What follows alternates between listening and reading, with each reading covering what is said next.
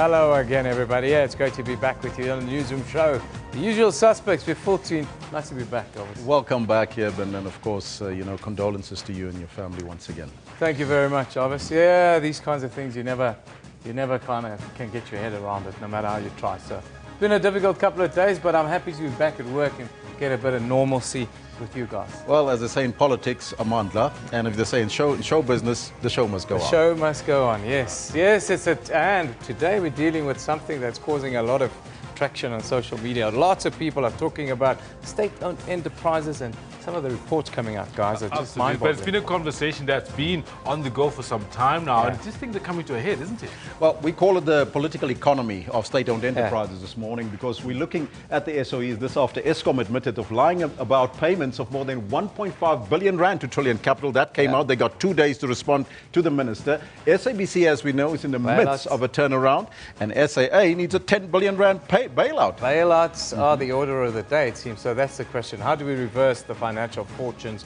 of our SOEs? Kendall, if I had to ask you, you probably wouldn't be able to tell me. I would not be able to say. I would need to do it bit by bit and try and figure it out. Yeah, absolutely. Well, that's where we, of course, we've got some tweets coming in, Elvis. Mr. Andrew Mwachana says, stop hiring comrades. Well, and arrest anyone who steals from state-owned companies. Says Andrew. Onuka comes in with, put erudite individuals into quality position. I love that sentence. Yeah. Make them accountable. Make them, being accountability, be the watchword. Wonderful. Yep, accountability.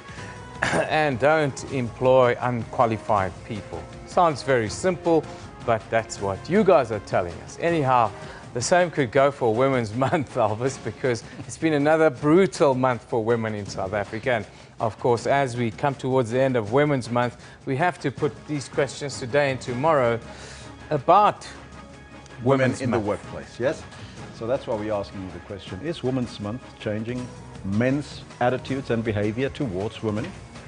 That's the question, Kendall. Very interesting that all of these hashtags talk of some of the issues that we've experienced over the month. 73% of our 171 votes say, no, no, no, no. Women's Month has not changed men's attitudes towards women. Only 27% are saying yes. How do we change it? What do we do?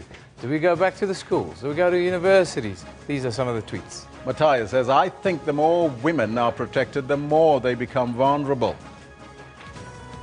Wow. Michael Bigham's Tole comes in with a different take. No, from some of us, because we've always loved, respected and protected women. It's like women are endangered species after rhinos. So much hype. Wow. Comparing women to rhino, that's a first. That's a first, yeah, for me. Anyhow, keep tweeting us and keep voting on that, because we like to take these numbers and put them forward again tomorrow, because we're going to look at crime statistics and also how it plays out with regards to women a little bit. But Ken, we've got an interesting sporting question today. There's a lot of words being said about the sports minister traveling with Bafana Bafana. Yeah, news has come out that Tula Singlesi is going to be traveling to Cape Verde with Bafana Bafana in the first of their 2 back-to-back World Cup qualifiers. And we want to find out from you at home, what do you make of this? What do you make of the sports minister Tula Singlesi traveling to Bafana, traveling to Cape Verde with Bafana? Well, McRob says maybe he's the super sub for Bafana on the bench. We need the points, says McRob. And Nkutalo has got an opinion themselves. That's wonderful. This is motivation for the players and for the coach. Wonderful support from him. Yeah, many different opinions on it. Some positive, some negatives, I suppose. Catch 22 if you're the sports minister. Anyhow, keep on tweeting us on that question. It'll be interesting to see how it develops. That's also our sports talk a little bit later. If we have time, of course, we've got a couple of lives lined up today. But first, let's get the news.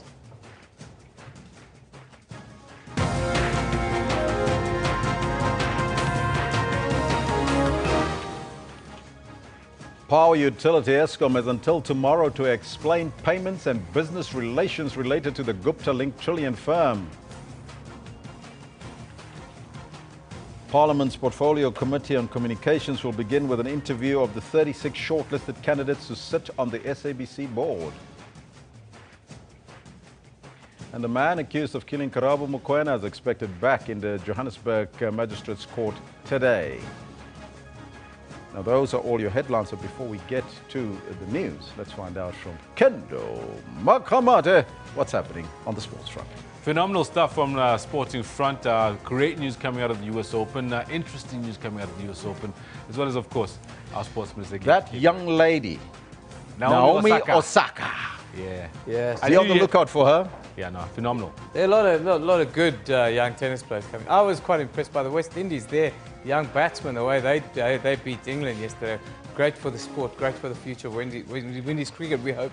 Absolutely. You know what? Nobody gave them a chance, and they came out and they did it. And also back to tennis, how Tiafoe pushed Federer all the way to 5 sets. But, okay, good morning to you. Let's talk to you as well. How are you doing? This is what we've got for you in the sports today.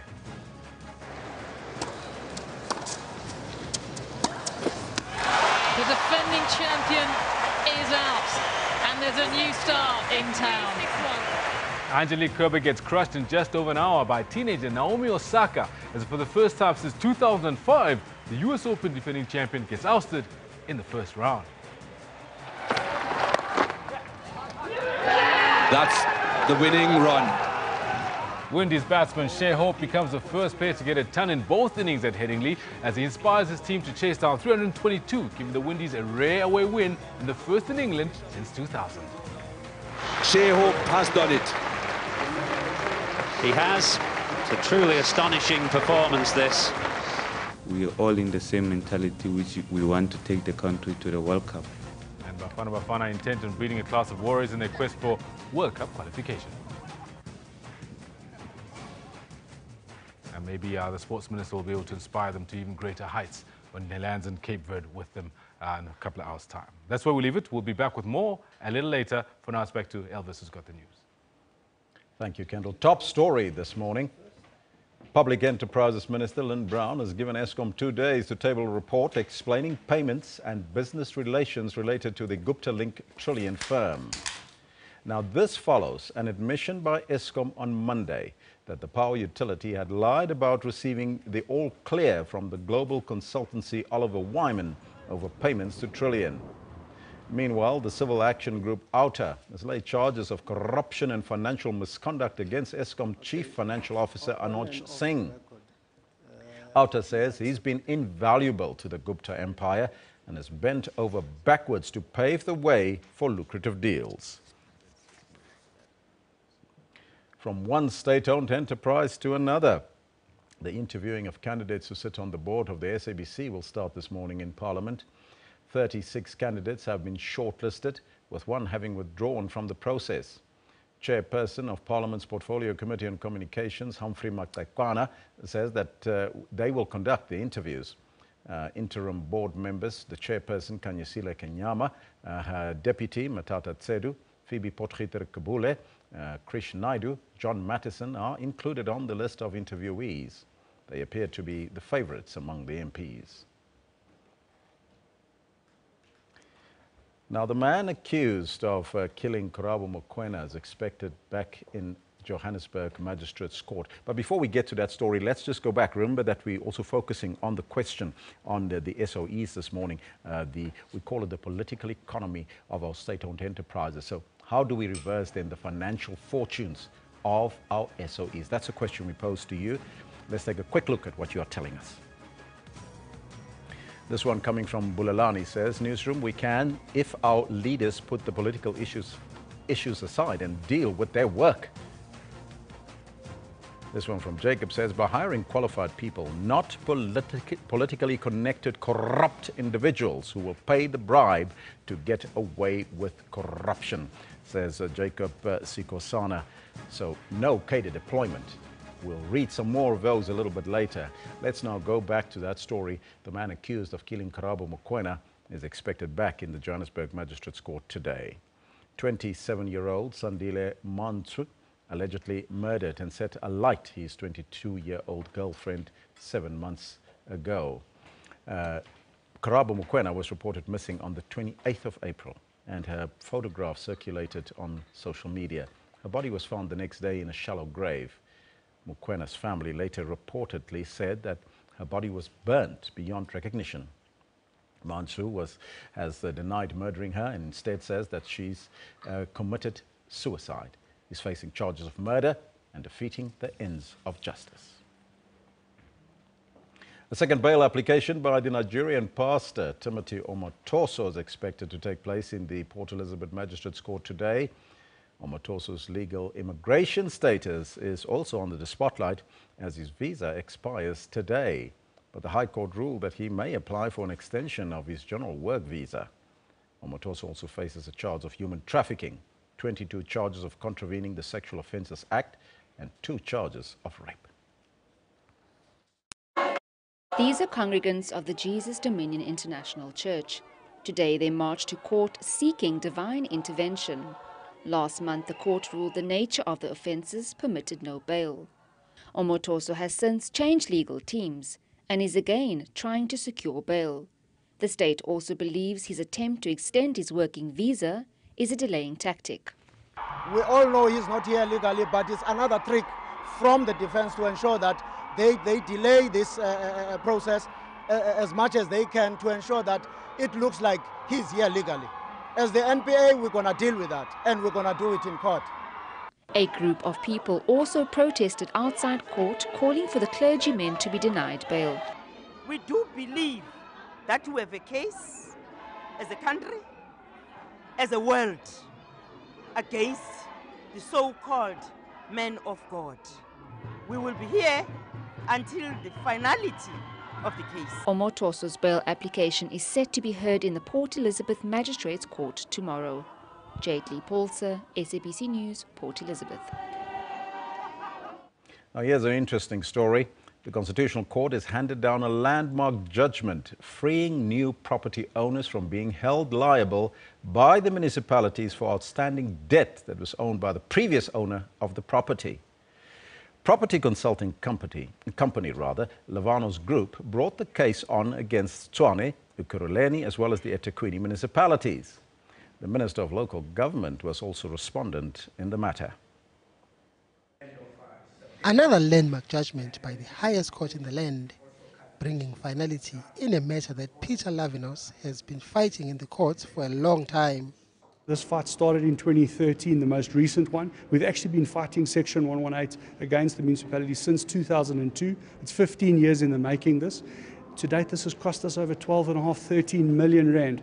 You know, the average person in the street can't afford to take on a municipality that has endless resources.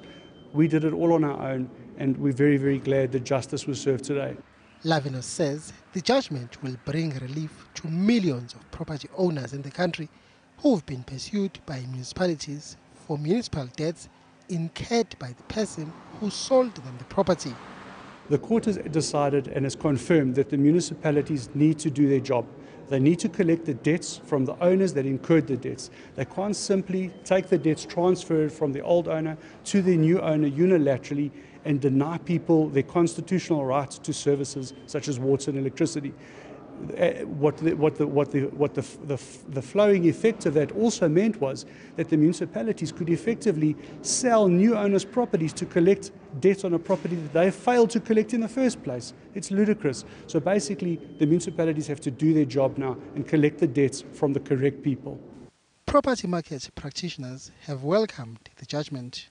When there is a rates clearance certificate issued, which is required by law for a property to be transferred, the buyer of the property is entitled to expect that they have free, clear and beneficial ownership of the property. And so the municipal billing or the mess in municipal billing can't hold a purchase of properties to ransom. So I think it's a very good ruling for sellers and buyers and homeowners alike.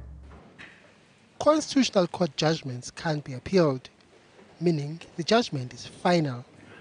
Mbongile Mutwa, SABC News, Johannesburg. A very important judgment there, of course, for all new owners of property that want to buy property, where you don't have to pay somebody else's debt. But of course, the focus today is on the political economy of our state-owned enterprises. Let's take a look at our question today. It's on your screen right now. How do we reverse the financial fortunes of our SOEs? What are our viewers telling us this morning, Evan? Getting a lot of traction on this, I suppose, because it's in the media a lot, but also I think everyone has a view as to what is happening at state-owned enterprises. Jacob Skosana tells us, by hiring qualified people, not politically connected, corrupt individuals who will pay bribes to get away with corruption. And Nkatalo Rudy says, if we can demolish corruption, everything would be okay. The crisis is corruption. Yeah, it's a constant theme within the SOEs. Michael, the big M. Sitole, tells us, hiring properly qualified personnel will make common sense, if not logical sense, and not this thing of hiring people because of their political standing.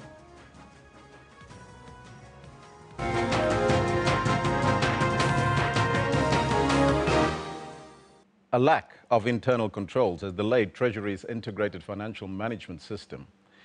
In the pipeline since 2005, it's already cost 1 billion rand.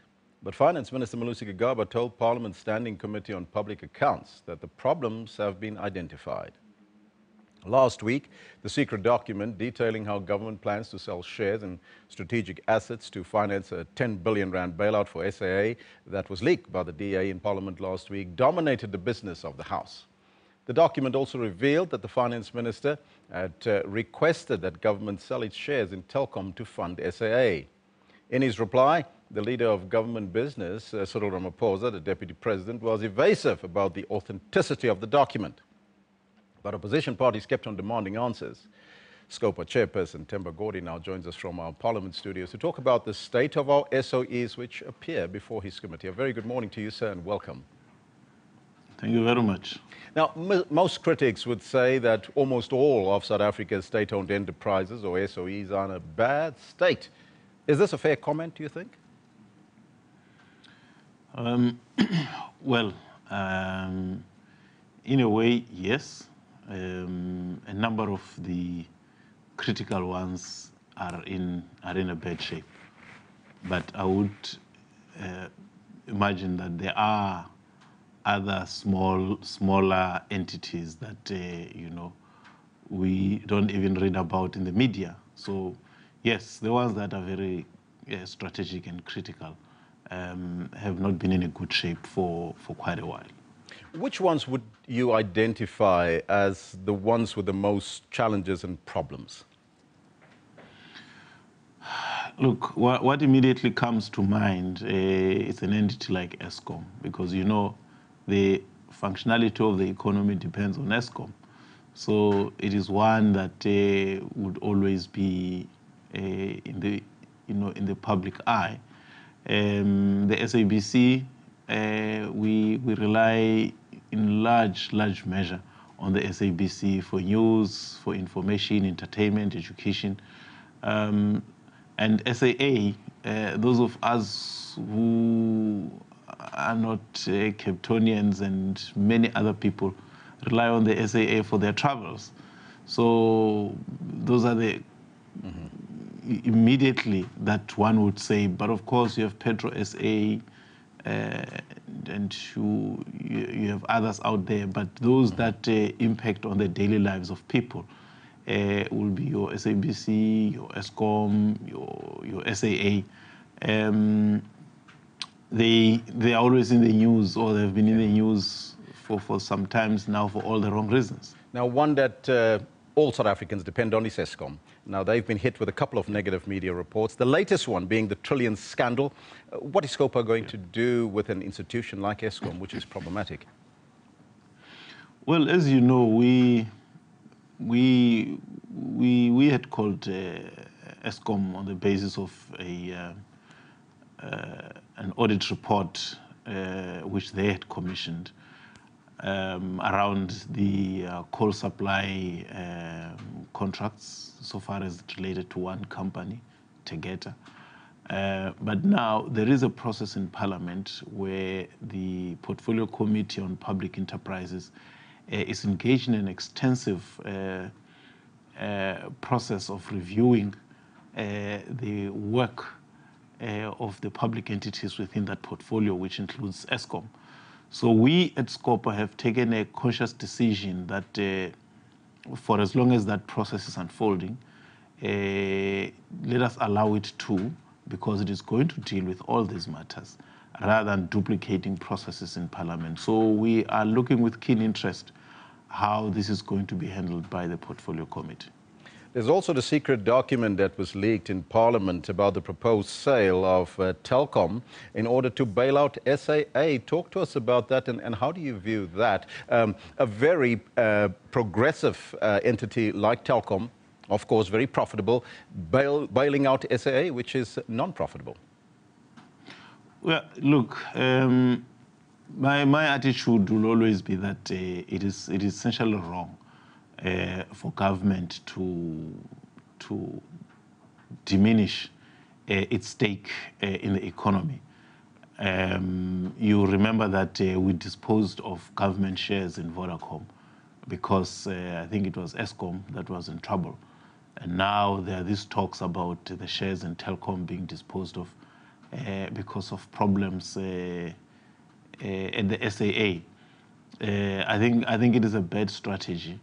But of course, it is a product of allowing things to degenerate, to deteriorate, and then we find ourselves in a situation where our choices are very limited, because, as you know, the lenders are demanding their payments end of September, and if they are not paid, SAA will be liquidated because it is a debt-riddled company that is not making money. Because of very bad management decisions and the inability to run an efficient entity. So now an entity like Telkom, which started as a 100% government-owned institution, very strategic in the country, communications, you want to take government out of it completely. I think it is totally unacceptable. Now, it seems that internal controls has also delayed Treasury's integrated financial management system. They are currently sitting before you. Your assessment thus far into that probe? Well, look, I must say that I'm very disappointed, to put it diplomatically, because I think that some officials in National Treasury have abused the trust that the public had on National Treasury to engage in an orgy of corruption and looting on a program that is of such strategic national importance that you would expect that both administrative and political capital will be fully invested into that system, into that process. But what we see, it's an approach and an attitude that is so unbelievable, how the political leadership would agree to a budget of 4.3 billion rands and then just look away. And at how management, in running that kind of program, will take such decisions that would make you think they were putting up a program to run a preschool. I mean, look, you can't have only 5 officials at National Treasury working with a hold of consultants being responsible for the program. And actually the head of that program only pays 50% of the time to the program and the other 50% to other official duties within National Treasury. So it's almost like that program merely became a consultant's paradise where, according to available information, consultants were basically looking after themselves in terms of managing expenditure. National Treasury confirms that they asked the consultants to manage the budget. When it comes to quality assurance, they also said, well, they are going to rely on consultants to monitor themselves. And what do you have? You have a situation where companies are paid without any deliverables having been agreed upon. So the question becomes, what are they paid for? You have companies that are paid, and yet the work for which they've been contracted has not been presented.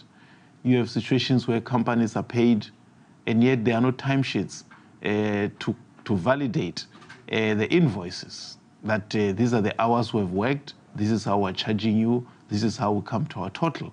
So it's just so unbelievable. And yet, as we all know, the integrated financial management system was meant to modernize and unify all government systems at national and provincial level on payroll, human resource management, supply chain management, and financial management. So that system since 2005 to date is not up and running.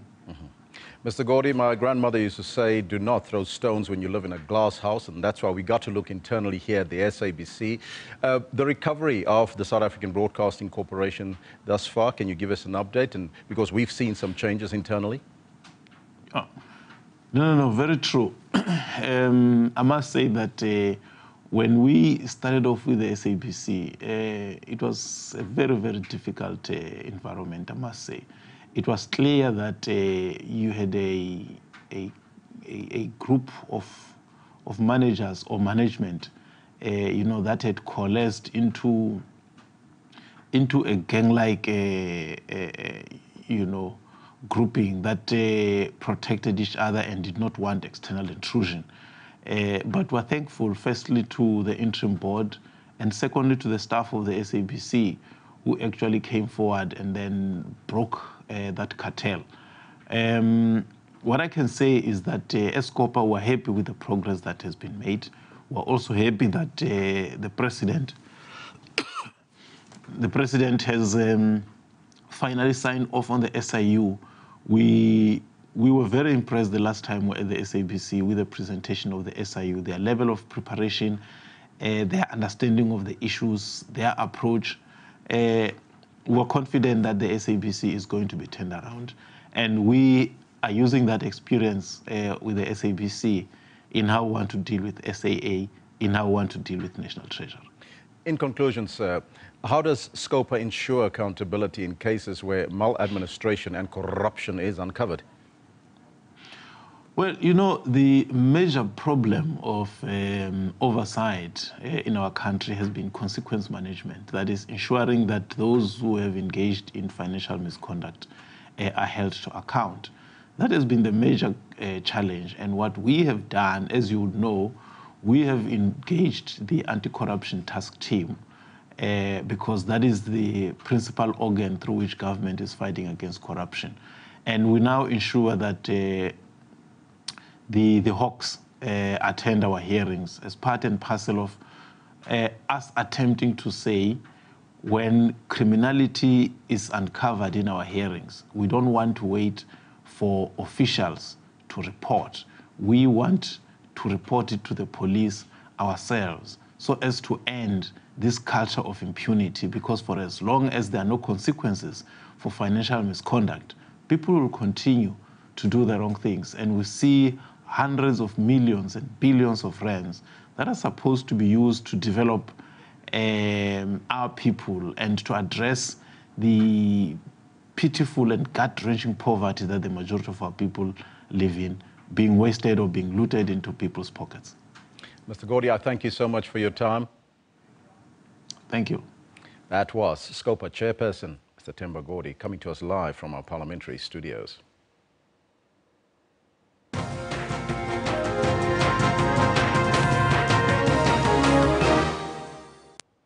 Now, reports of the state's plans to sell Telkom to bail out SAA, or South African Airways, triggered a negative reaction by the public and quite a few commentators. Telkom's been performing quite well in recent times and is one of the most exemplary state-owned enterprises, they tell us.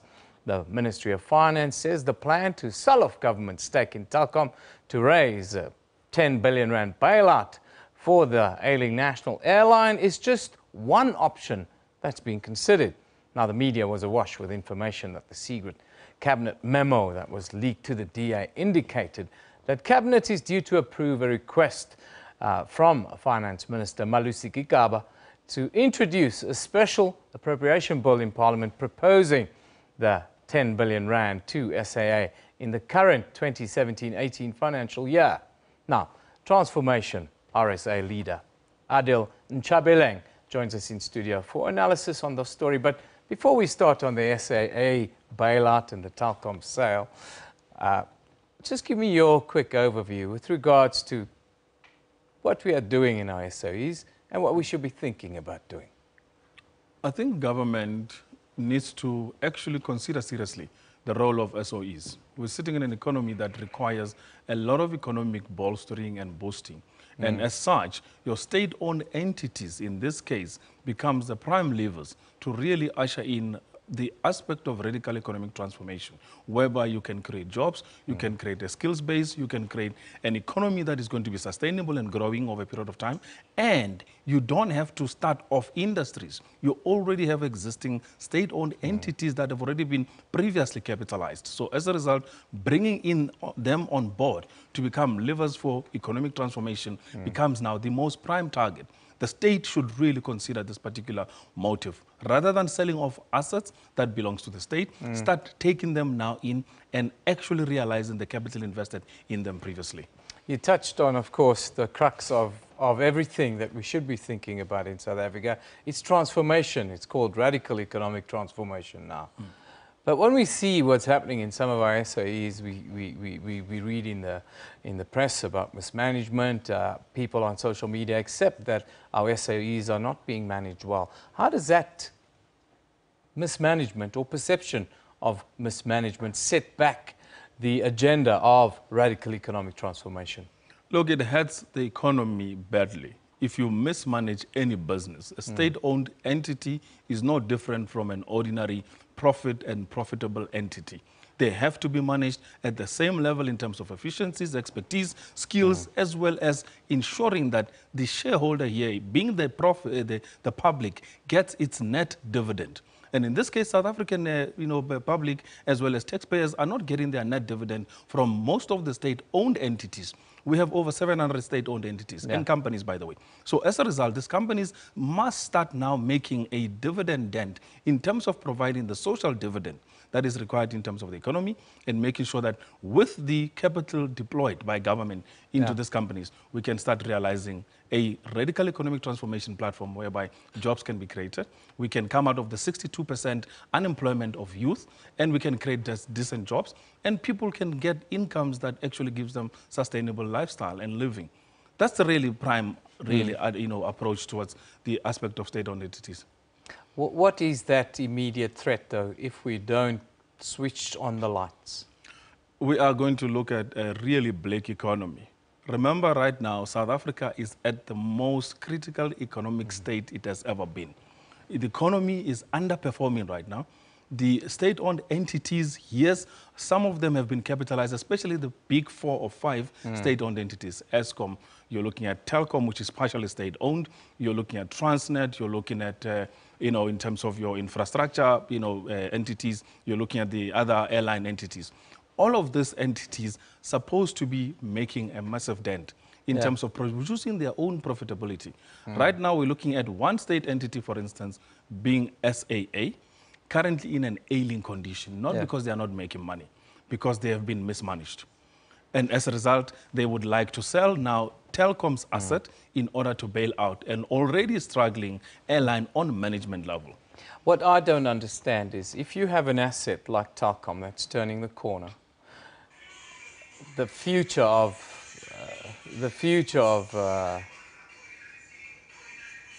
business is fiber and the back end of a fiber network that we want to develop in South Africa. Why would you want to sell that asset that has so much potential for growth going forward to bail out the worst ailing asset that you have?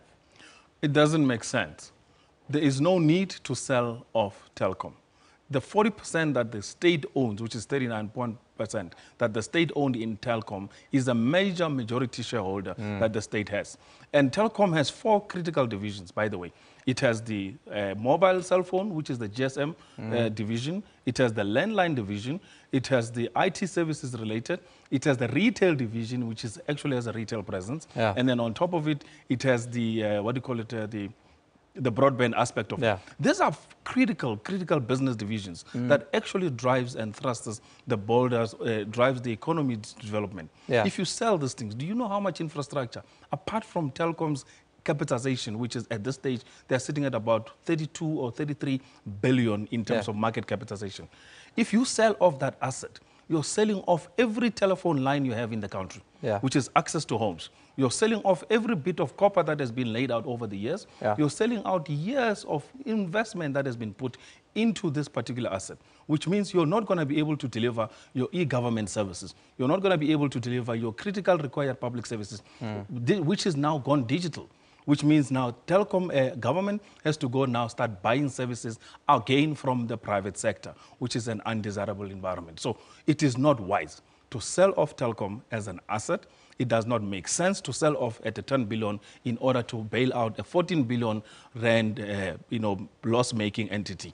They should actually reconsider another alternative to refinance SAA rather than selling off telecom as a key asset. Just to finish on the telecom asset, the thought of its being sold off, is there any expertise that's been looked at, or experts that's been looked at international benchmarks with what's happening in the telecom space? You think that we're not looking at this?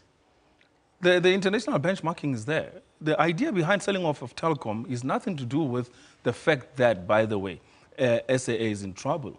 Here the idea is actually to package out a very profitable unit. If I was the person proposing, for instance, the sale of telecom, I would be the first to be the one acquiring it. So we actually have to question the intention behind the selling of telecom.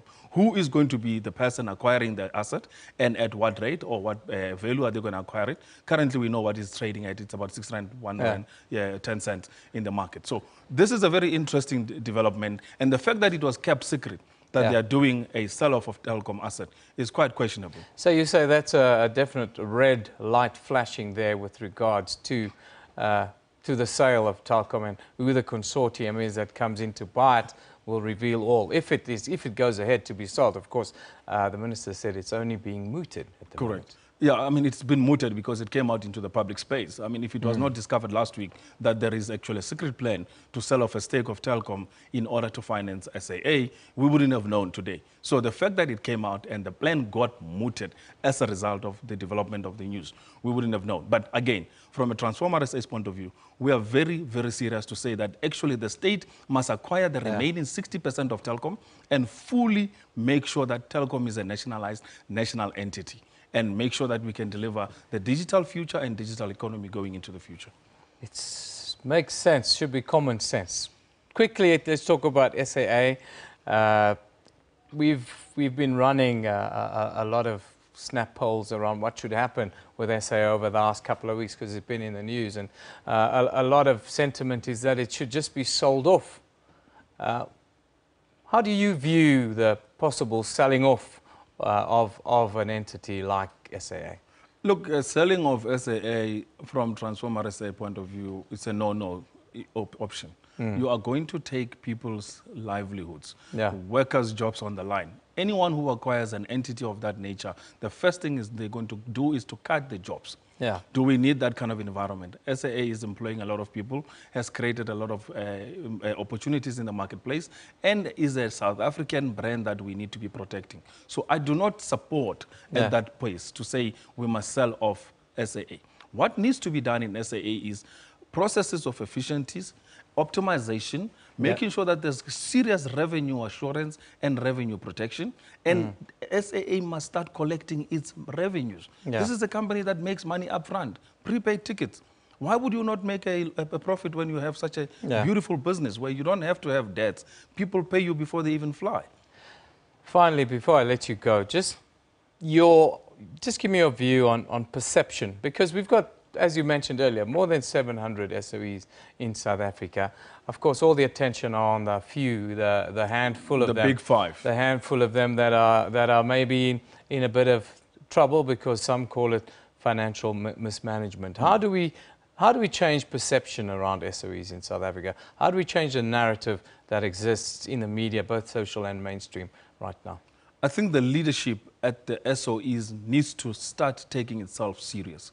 Right now, most of these leaders are not actually judged, even though they are earning at times far above the marketplace income.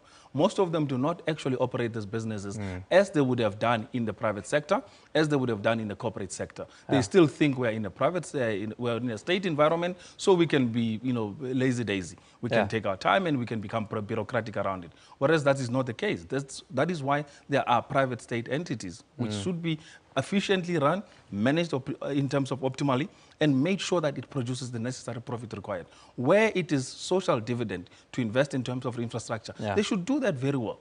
It's not the first. I mean, most countries in the world have massive state-owned entities. Why is South Africans, in terms of key leadership, failing us when it comes to the state entities? And yet they earn millions, the CEOs, and the chair people and boards that are sitting on these companies. The boards are discussion for another day, because some of those questions on social media are directed at the board. But Adil, we've run out of time. Thanks for coming in. Nice to get your considered views around, well, issues of state-owned enterprises and also transformation within the sector. Of course, Adil Nchabeleng is the leader of Transformation RSA, talking about the radical processes that needs to follow to free all South Africans, not just a few. Anyhow, we have to move on, and we start with our poll. Of course, it's Women's Month. It's been another brutal Women's Month here in South Africa, and we're asking you, is Women's Month changing the attitudes towards, men's attitudes rather, towards women in South Africa? Well, we've got 220 votes in. 3/4 of you are saying, no, the attitudes are not changing. So, I then ask, what do we do with Women's Month? What do we do with 16 days? What kind of processes do we have to put in place to get the message home that it is not okay? That it's not okay. Here are some of the tweets. It's not okay to beat women. It's not okay to... This one from Brenda Dube, who says to us, more needs to be done to break the deeply rooted ideologies of the culture of patriarchy that are entrenched in men's minds. Do we start in the schools, Brenda? And do we talk about abuse as a topic or even a subject in schools? Onuke Christian says, not at all. Things still remains the same. This one from Ngutalo Rudintanga tells us, no, it's just a month like others. Still bad things happen. Yes, Rudy, it's been an even more deadly month. It's been an even more dangerous month for women, with lots of high-profile cases that we've seen during Women's Month. So let's go to social media now and take a look at the trends there. Of course, the big one, Eskom. Eskom is right in the mix. The state-owned enterprise is feeling the heat today after Public Enterprises Minister Lynn Brown has given them 2 days to file a report explaining payments and business relations related to the Guptas. Then, how's this for a story? NSFAS has mistakenly deposited 14 million rand into the account of a student. Can you imagine that? I wish it was me. Well, it has to be rectified somehow, and it has to be changed around. But the young lady, she's apparently already gone on a spending spree of notes, spending the money on all kinds of luxuries. Go and have a look at that story. It's hashtag NSFAS. It's one of those stories that I think everybody wishes happens to them in their lifetime once or twice. Incredible story. 14 million. I wonder how much he spent. Anyhow, the annual Muslim pilgrimage to Mecca, the Hajj, has begun. It's the second holiest Muslim holiday in the calendar, known as Eid al-Adha. Now, more than 2 million people are expected to be there as we head into the Hajj weekend 2017. Then there are still concerns around the missile test launched by North Korea that went over northern Japan.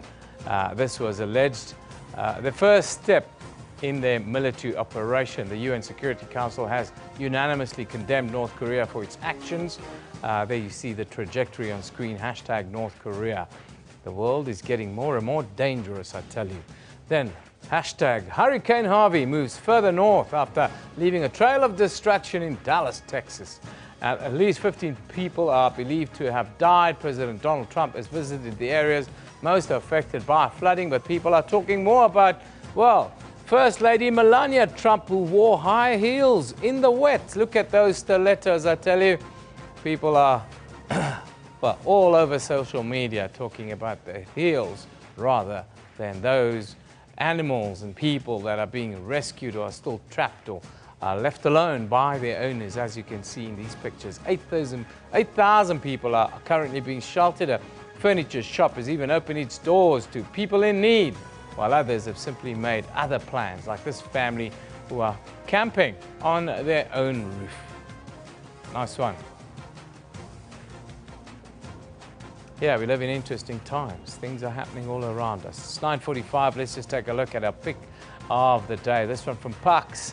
Lwazi Pakade, and his caption. This is an intelligence or an Intelimali receipt of a WSU student leader who receives the NSFAS allowance of around 14 million rand into her account, we are told. Now, she has gone boss, as we call it here in South Africa, spending all her money, or all the NSFAS money, around the country. Now, our comment of the day from John Sefako, who says, NSFAS sends me 14 million rand by mistake. The first thing I'm doing is buying a death certificate. Yeah, John, you have a future in this business, it seems like. Anyhow, let's get a little bit serious now. This is what's happening in our courts. Yeah, well, we start in Port Elizabeth, where the Jesus Dominion International Church pastor Timothy Omotoso will once again apply for bail there today. He's accused of human trafficking and 22 charges related to contravening the Sexual Offences Act. Now, that's a high-profile case in PE. Up in northern parts, in Limpopo, a 32-year-old self-proclaimed prophet, from Burgersdorp is expected to apply for bail. Confidence Monyela is facing 5 counts of rape and 1 of assault. Then, in Pretoria, the trial against Mark Zende is expected to resume at the High Court in connection with the murder of his mother, Hope Zende, and the assault of his father. Now, Zende was missing for several days before Hope's body was found in the boot of a Range Rover in the family's garage. Now, in the coming months, the National Foundation's Dialogue Initiative will facilitate dialogue across the country, coordinate, document, research, and record these conversations and dialogues about the state of our nation. Former Presidents Thabo Mbeki and F.W. de Klerk will be facilitating this dialogue. Now, to go there, well, for a little bit more of this, let's cross to our reporter Lucanio Kalata. He's in Cape Town and we'll take this live.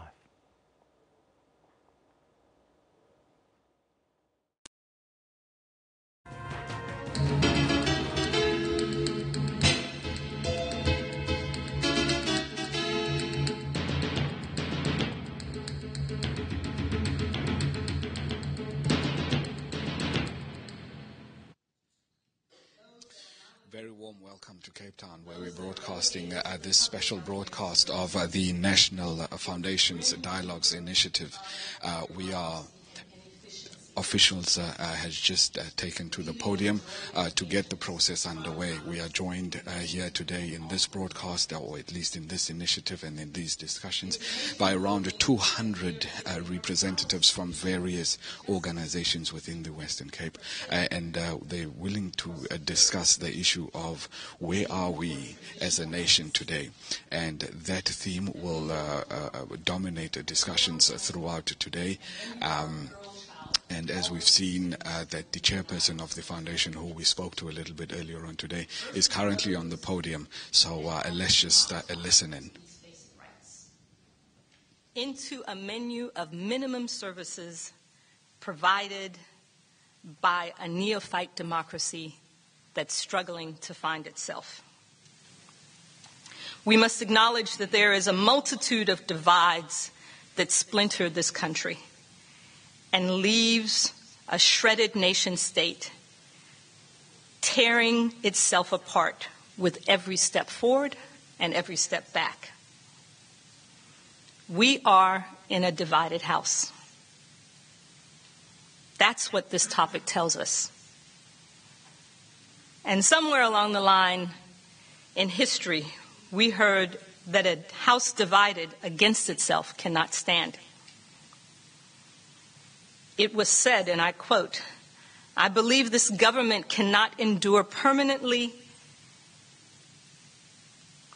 half slave and half free. I don't expect the union to be dissolved. I do not expect the house to fall, but I do expect that it will cease to be divided." End quote. This was said by Abraham Lincoln in 1858, on a very important date to us. It was actually on June 16th, 1858, that he said this. And as a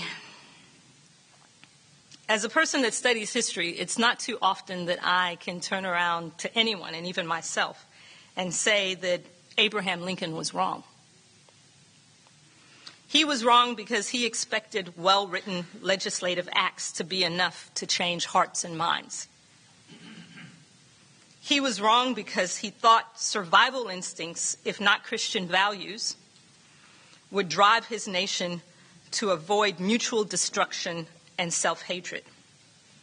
And he thought that would be enough to genuinely bring that nation together. The real national cohesion that serves as the heartbeat of a nation is not only felt during the 1995 Rugby World Cup or the 210 Soccer World Cup, but it pumps long after the final whistle has been blown. Abraham Lincoln was wrong because he could not imagine that for 160 years, one of the greatest democracies of this earth could live in a loveless marriage of immigrants.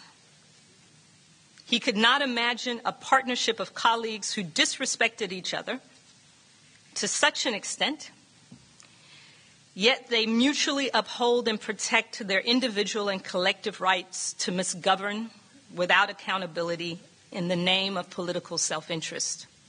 He was wrong.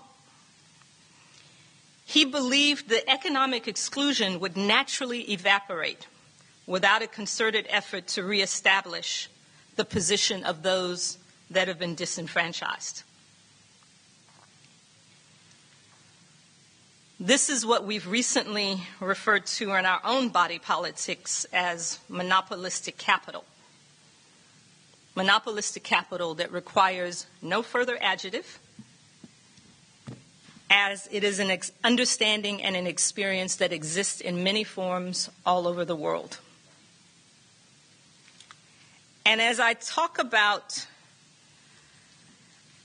the painful crimes of a country like America that lacks social cohesion and nation building,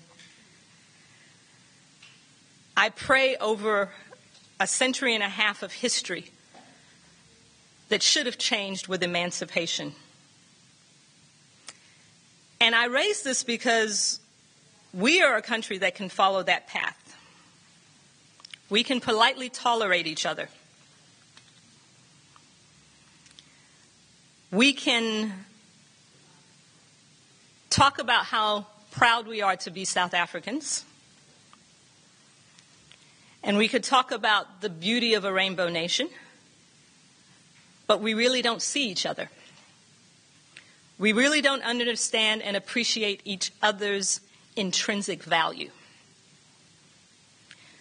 We can follow a path in which we pay lip service to one of our own cardinal values, a value recognized all over the world as being uniquely African in its description of humanity.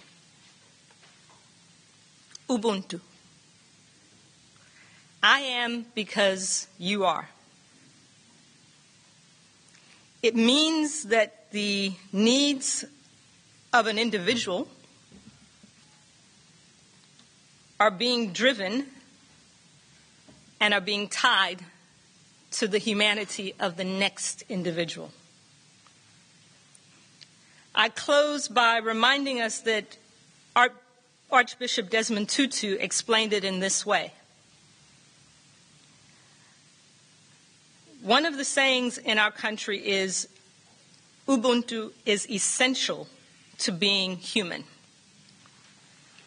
It speaks particularly about the fact that you cannot exist as a human being in isolation.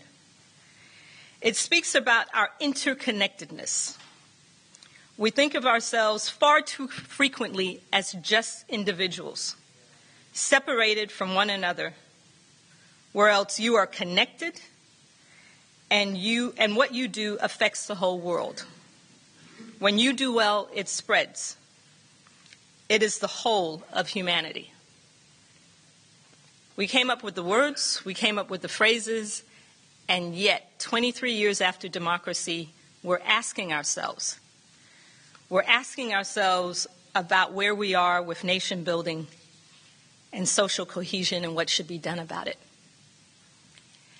And so today, we will be talking amongst ourselves in dialogue about what needs to happen in order to change that.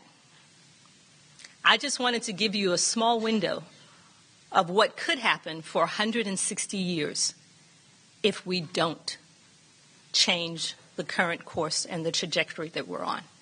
And if we don't realize that our failure to recognize and appreciate our individual value that's all encompassed in nation building and social cohesion will cost this country greatly, economically, socially, and even in terms of our world standing.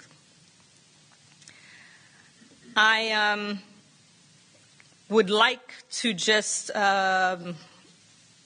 conclude my portion of this by saying that the idea of the dialogue is that democracy works, but only if you do. Democracy requires individual, active participants that bring their own special gifts of social cohesion and the upliftment of humanity to the table, and challenges the person next to you and the person sitting across from you and your neighbor and even your schoolmates to engage and look at themselves through your own eyes differently and make this country a better place. I wish all of us the best of fortune in our discussions today, and bless the proceedings that will take place from this point on. I'd like to hand over to my colleague, Prof. Barney Pichani, to take us through a brief introduction and background on the NFDI. Thank you.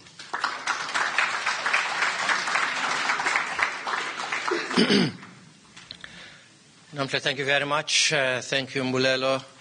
Welcome once again, ladies and gentlemen. It's very good to be here. It's good to see all of you in this place at this time. And my job is to introduce the concept of dialogues and the National Foundation's Dialogues Initiative. This is, in fact, the second, or the first outside of Johannesburg, the first session of the National Dialogues Initiative. The first one we had in Johannesburg in May, and this is the second one. We do intend to take this caravan around all the provinces, and we expect that each province will develop its own caravans to go around the province and along the districts. One of the first phrases that we find in our Constitution is one which I want to base much of my talk today. It says, "We, the people of South Africa." We, the people of South Africa. It's actually a very, very important phrase because it claims something fundamental about who we are. It asserts very firmly the question of our identity. It commits us and connects us to South Africa totally, and alike. We, the people of South Africa, is a phrase that I think ought to be ringing in our minds and in our ears all the time, and make that claim that is so important. We, the people of South Africa. I can say, I think, very firmly and confidently that for a generation like ours, and there may be others, it's even more important because we, the people of South Africa, is, if you like, an expression of our dreams. Not as a dream that is about to happen, but also equally as a realization of our dreams. We, the people of South Africa, is an expression of our dreams. It is for some like us because as long as I remember in my upbringing, always we had this idea of a South Africa that can actually become a place of our dreams, that can become a better place than it was, that all the divisions that were part and parcel of our social and economic and political system would go away, and that there would indeed be equality of all the people of South Africa, and there would be prosperity for all, and all of us would alike claim our common humanity. Now, that actually, for many of us, you'll find that is what brought us into the struggle for liberation. Because without that, we could just have sat back and allowed everything to happen, but we didn't. We didn't because we actually realized there was something better than what we had. I saw Villa Busak here, and I remember Alan saying, those days, what is important is that we know that what we have is not the best that God intends. And that actually there is more that we are, if you like, about to become. That is God's will. We, the people of South Africa, then, what makes us South Africans is that we can see the possibility of otherness, and that things can actually be better and different from what they are. Now, 1994, I'm not one of those people who think that 1994 was some miraculous event, or the Constitution itself was a compromise. That in fact it was possible to have a Constitution that is different than what we have. I actually do believe that this is the best that we have. And like Nelson Mandela, I also believe that by its nature, the Constitution is not a set monument that will never change, but actually each time you look at it every day, you review it, you experience it, you practice it, you see what is there, it gets better with age. And so I think that we are in the business of constantly constructing this Constitution and making it better by the day. Many years ago, when I was at school as a 15-year-old, there was a very famous Methodist preacher whose name was Seth Mokitimi. There may not be many who remember Seth Mokitimi here. A very famous Methodist preacher, very well-known, very fiery preacher was Seth Mokitimi. To this impressionable young boy at school, and he came to preach. He was at Hilltown those days.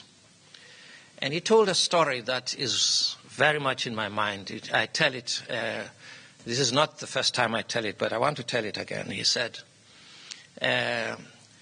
one day there was a man who was visiting a small village in Europe. And he came to a quarry and found 3 people working on the stones in the quarry, the kind of quarry that Nelson Mandela was working in. He came to the first man and said, "What are you doing?" And the man said to him, "I'm breaking stones, can't you see? I'm breaking stones, can't you see? And then he went to the second man and said, what are you doing? The man said, I'm earning a living. Don't you know? I'm earning a living. And then he went to the third guy who was breaking stones and said to the man, what are you doing?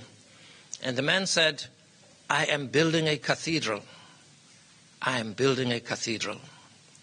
Mokotimi was saying, in a sense, all three statements were correct. But of the three statements, the one that really had vision, that looked beyond the stones and the cutting and the drudgery and the hard work and the pain and the sunshine that was beating on them as they were in the quarry, was the ultimate destiny of that little stone.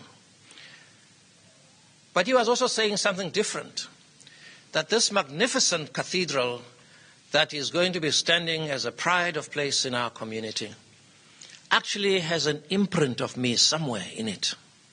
So I have a little contribution in that big thing that is going to be there. And finally, that little contribution of mine will be there forever. It's going nowhere. And so in many ways, if we have that in mind, all of us, that little by little, we continually make our little contributions that will have pride of place in the construction of this magnificent vision that we actually have. I remember that always, because I say to myself, there is nothing that we do that is ultimately without purpose. There's nothing that we do that is ultimately without purpose. And for us, ultimately, even as we go through what we are going through at this time, even as we know that day by day, story by story, media by media, we are drifting away from the original vision that we had of our Constitution. And that is a fact. Even as we are told by the Statistician General that the levels of poverty today in our country are increasing by the day, much more than they were in 2011, for example. Even as we know that as we speak, 17 million South Africans are beneficiaries of a social grants system. That if, as a minister seems bent to do or nonchalant about, you take those grants away for one time, 17 million South Africans will have nothing to eat. Nothing. And a large number of South Africans actually live on less than 992 rand a month. So the thing that strikes you about South Africa, and so it should, isn't the grandeur and the beauty and the buildings and all the things that we see and the achievements that we make, not of our Constitution, not of our Parliament, not of our buildings, not of our beautiful roads that many people who come here see. The thing that should strike us is a man and woman who stands at the corner and with a board begging for food. Nelson Mandela said that when he retired, he was going to stand on a corner, street corner, and carry a board, and said, I'm a pensioner with a young wife, with no children, please give something. It's an idiom that South Africans understand, because that is the life of people, a growing number of South Africans. And in a very strange sense, with everyone that we actually see on our street corners, there are many others that we do not see, who actually disappear into nothingness and die, and suffer and die. So that is nothing that we should be proud of. We ought not, under any circumstances, to be proud of the great divide that poverty causes in our country, it should, if you like, give us sleepless nights. Even as we know particularly that that divide of poverty is accentuated among the black people, among women, and especially in the lower strata among rural South Africans. Even as we know that that divide is accentuated among certain categories, the face of poverty is black and female. Even as we know that a growing number of the children in our country, in those circumstances, have no future to dream about. I started off by saying that we dreamt of a South Africa that we were prepared and determined to work towards achieving. But in a very real sense, we are that South Africa. We are that South Africa today. And that's a thought that we must remember. We are that South Africa that we did dream about. So really, in many ways, we need to say to ourselves, come on, wake up. We can't keep dreaming. Because we are the South Africa that we've been dreaming about. And our job is to work to realize that South Africa here and now. Now, I'm one of those who don't believe that South Africa is a poor country. As a country, we are not poor. As a country, we are rich. As a country, we are rich in the diversities of people that we have, in the cultures and languages that we have. This makes this South Africa a very unique country. It makes us a very privileged people. That in fact, we are the world in one country. That is not anything that we need bemoan. It's something that we should celebrate. And that makes us such a wonderful and special people. We are the world in one country. You are a country of many languages and cultures and religions and colors if we have, but we are that one South Africa. The second thing that I think we celebrate is that we're a nation of riches. We're not a poor country economically. We're a nation of riches in land and in agriculture, in minerals, in science and technology.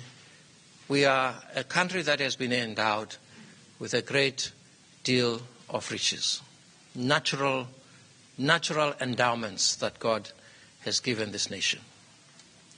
We're a nation of people who are energetic and industrious, and we have brought this nation into being out of our own industry and our determination to work to achieve it and work hard. And because we are people who have created out of this land that which it can become. And so we're a nation of enormous riches. So we are not a nation that ought to be felt sorry for by development agencies and whoever they may be out there. What we have become, sadly, I think Bulelo was quite right, what we have become, we have forgotten that first phrase of our Constitution, we, the people of South Africa. We have failed to recognize that we are the people of South Africa. And if we are the people of South Africa, then we must take responsibility. We must actually take responsibility for our democracy, how it works. We must take responsibility for the wealth of our land and how it is divided. We must take responsibility for the wealth of our nation and how it is shared. We must take responsibility for each other and all that we are in need in our midst. We must take responsibility for the prosperity of our nation. The problem is, and this is why we need dialogues, the problem is that since 1994, many of us, we have tended to look to the politicians and others to be the ones who actually drive our future for us. And that's what Mbulelo was saying when he said, we have outsourced our responsibilities. And indeed, that was perfectly understandable. But now, 23 or so years later, we need to pause and to think again. We need to pause and think again and see how is it that we see the future of this country and take responsibility for it from now onwards. The idea then of national dialogues comes out of that. It is about enabling, empowering our people themselves to construct their present and their future. When you construct and build our present and our future again, we share among ourselves from our various intelligence and experiences that we have, and recognize that each and every one of us has a value and importance from whom we must listen, from whom we must hear, and in turn we must hear as well, and together we build something that is magnificent. National dialogues then are not a function only of saying, it's broken, how do we fix it? They are a function of recognizing each other's humanity. It is because we recognize each other's and one another's humanity that we feel that it is time that we actually hear and listen to one another. National dialogue then is bringing and making democracy work. We need to make our democracy work because by all accounts, our democracy is not working. Right now, at least I suspect I'm not the only one. I'm not even sure that we have a government. I think we've got a nation that is on free fall at the moment. I'm not even sure we have a government. I think we've got ministers. Just about every minister is running for government and is going to be the president, and they are addressing this meeting and that meeting, and the people are poor, there's no services, there's nothing. So for all intents and purposes, you better wake up. We have no government at the moment. And from time to time, you have a minister who stands before cameras and becomes a talking head. But actually, beyond that, we really have nothing. And that is happening because actually democracy does not work. So that's the first thing that we have learned in our 5 years. For democracy to work, we need to wake up. Not only after 5 years when there's elections, we are alert and wake up every day in order to make our democracy work. So we need to make that democracy work. We need this democracy to make sure that those who are in government, as our Constitution says, are accountable, responsive, and government is an open government that is accountable to us, the electors. In order for that to happen, we need to hear one another and to draw from the knowledge and the intelligence that all of us actually have. Now, as an early warning system, because sometimes if we don't listen to one another in this way, there is a real danger that before we know what is happening, people will be falling out of the democracy train and find other means of living and existing. I sometimes feel like that today.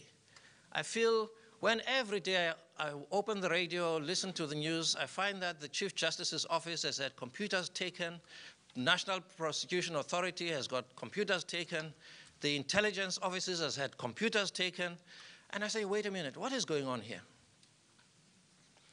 And somehow these things actually happen right under our noses. And it's as if, everything is just falling apart. And that, I think, is what is happening because they're really, quite honestly, right now, we have a problem. We have a problem. I'm not even talking about the Guptas and all that, even on the mundane, small things. We have a problem. And I don't think, if I may tell you, I don't think there will be less of a problem after December 2017. I've heard many people say, oh, no, we're waiting for December 2017, we'll have a new president. I actually don't think it will make any difference. If anything, it might make things worse. we really do need to grab back the initiative of our country. That is the reason why we need to keep talking, we need to get South Africa talking. The idea of national dialogues, which is a collaboration of foundations, is to really not to prescribe, but to get South Africa talking, because the solutions are not found in some clever people and researchers and academics. The solutions are to be found when people come together, they find solutions to the problems of our country. Not as individuals, not as individual researchers, not as bishops and ministers and people of that nature, but actually when people come together, they find solutions. We need solutions, and our job is not to prescribe and say this is what we should be doing. Our job is to facilitate and make it possible for us to come together. We have no desire to establish a permanent structure of babying and nannying South Africa in this way. We are just setting a tone to enable South Africans to find solutions and create those things. And this, we'd like to think, should get South Africa a buzz. Only when we do that, we will make more intelligent choices politically, more intelligent choices about who represents us in political and economic and other life, more intelligent choices about the direction of our country, more intelligent choices about how we extract accountability for those who are our public representatives. We need a change of mind from the trust that we gave to our leaders in 1994. We need to have, if you like, Villa, a hermeneutic of suspicion. We make our leaders work better when we suspect them a little bit that they do not intend what they say. And quite honestly, we have worked so hard at trusting our leaders, and I don't think, by and large, they deserve that trust. And so the National Foundation's Dialogue Initiative is there as an initiative that we think will be all over our country, will be setting our country abuzz, and politicians and others will begin to take notice. Thank you.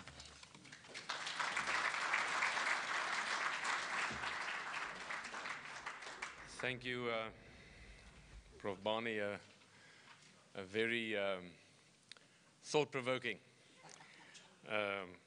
thoughts. Thank you very much for that background. Ladies and gentlemen, I'm with Mbulelo and Theo Kemp, the three Welcome back, and that was Professor Barney Pichana. They're giving an overview of the National Foundation's Dialogues Initiative, talking obviously about the importance of democracy and the importance of a citizenry that is active in that democracy. But Professor Pichana, they're saying that it is always good when the citizenship of a country is a little bit suspicious of what those that hold public office do. He was also expressing his concern there, saying how deeply concerned he is by some of the issues that that have taken place in the country over the next few, over the last past months. Talking, for instance, about the break-ins at the office of the Chief Justice, the office in Parliament.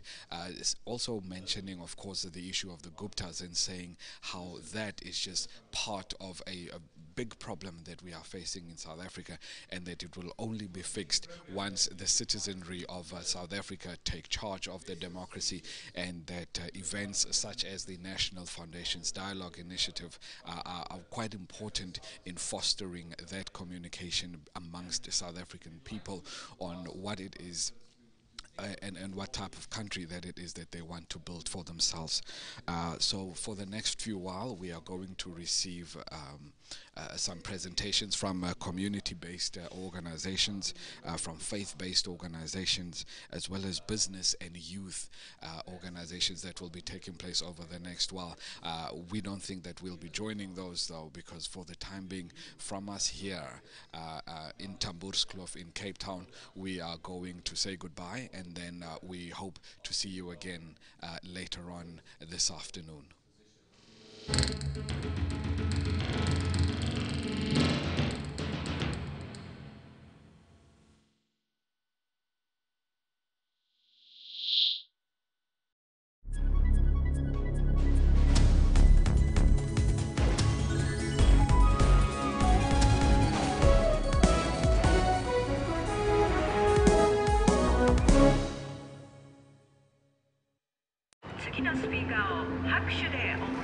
If you strive to see further than what's in front of you, if you look past the next deadline, the next dollar, the next deal,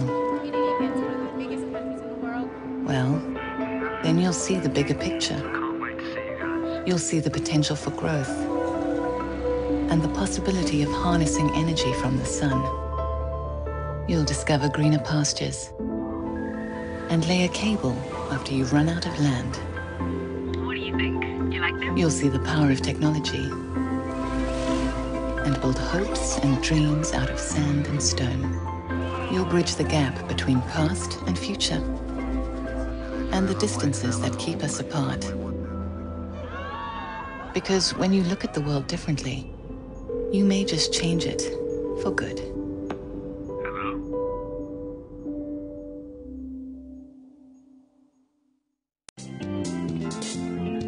Entrepreneurship and taking charge of your own destiny is a mindset, and it's something that should start at a very young age. I started when I was around about 3 or something, because I have a bunch of paintings in the office. I have a teacher that teaches me and my class how to do business, and he was the one who taught me. Being an entrepreneur makes you money-wise. Before everyone spent their money, I would sell the little things I painted, and I'd sell my drawings and stuff like that. In business, it is important to keep record of all your transactions. I have a passion and I love making anything, so I chose to make Play-Doh, and I'm passionate about it. Catch Bupilong every Friday at 17:30.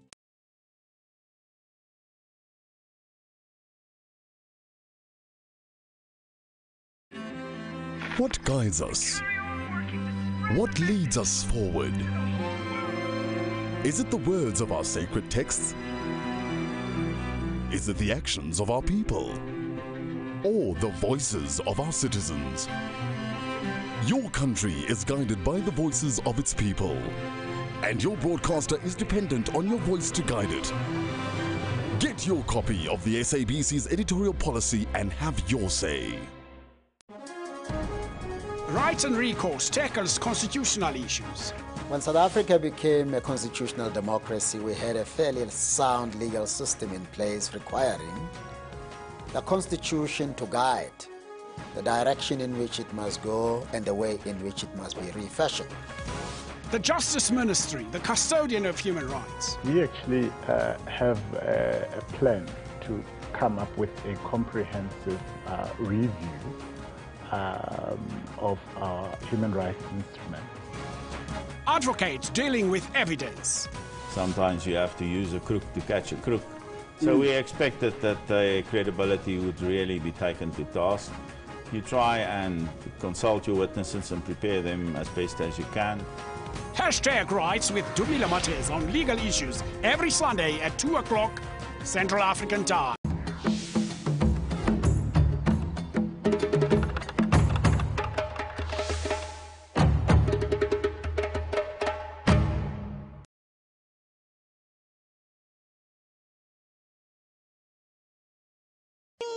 One.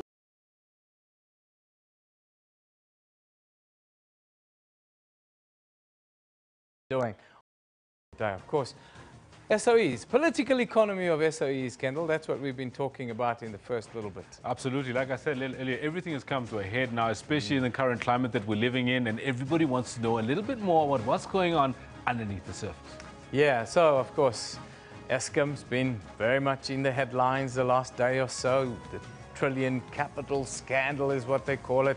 We'll talk to the SABC shortly about what's happening here at the national broadcaster with a turnaround strategy that seems to be working, but also SAA, Telkom, all in the crosshairs. So here's the question on screen. We want to find out from you, how do you think we do this? How do we reverse the fortunes of our SOEs? What are our tweets? We've had quite a few tweets coming. Desley Lifelo says to us, even qualified people are corrupt. We must first reduce corrupt and choose the right people. Yes. Desley's right. Sia Togoza says, everyone who wants to serve the state, not milk it, gets fired or gets his or her life threatened. This is across SOEs and the three arms of government. Interesting views. Keep telling us what you think. Of course, Women's Month is coming to an end this week, tomorrow, actually, and we're running a poll, and we ask you, as we turn to our attention to Women's Month itself, Kendall. Yeah, I want to find out from you, is Women's Month changing men's attitudes and behavior towards women? Is what we want to find out from you, and we've got quite a lot of votes in, even 254. It's sad that 3/4 are saying to us, no, it's not. But they are probably right, because if we look at the brutality that we've seen this month alone, not just from members of the public, office bearers have been guilty of some assaults, some high-profile ones we've had here in our country. So interesting.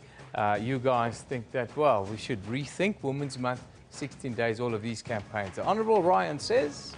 But the women this month literally made headlines for the wrong reasons. I see the Zimbabwe flag there, so I'm not going to comment any further.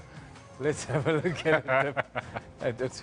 Okay, that's one updated tweet. But we're running a sports question today. Of course, the sports minister is traveling with Bafana Bafana. Some people are saying, yes, he's taking some gold dust with for Bafana Bafana. He's being hands-on, some people are saying Tula Singlesi is being. And we want to find out from you, Minister Tula Singlesi is traveling to Cape Verde with Bafana Bafana. What's your take on that? Well, Matlomola tells us a great gesture, but he will have to do it with both the cricket and rugby teams. He should be a South African supporter, not a football fan, says Matlomola. I'm sure he wouldn't mind. He's already taken a rugby jersey already from Saru, so I'm sure he'd be looking forward to traveling with both cricket and rugby teams. Yeah, don't be too tough on the minister. He's showing support. Of course, we're running a special survey. We want to know what you think of us, and we also want to know how you think we can do a little bit better there. Our producer, Rene Vesta's got it up. Kendall, can they spare a few moments to take the survey? Yeah, right? I think it would be fantastic just to get an idea, a bit of a handle on what it is you out there are thinking about the show, how we can make it better, more interactive, more useful to what you need a news show like this should be. We'd like to have your comments on this on Twitter and on Facebook, mind you. Yeah, just go Newsroom. Just go Newsroom and go do the survey. We'd really appreciate it if you can do for us. But let's take a look now at our top stories.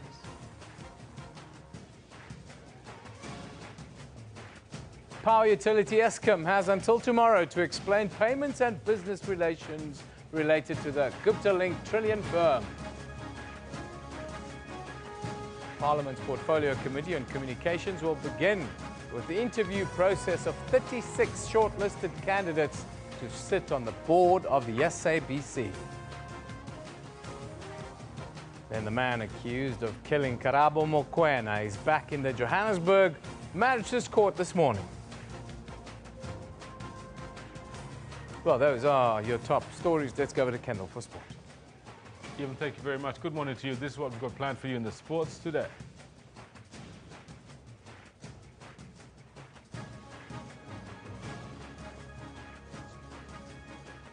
Right now, it seems as if our clip is not playing out, but having said that, there's lots to cover, and part of it is talking about how Angelique Kerber got crushed in just over an hour by teenager Naomi Osaka. As the first time since 2005, the US Open defending champion gets ousted in the first round.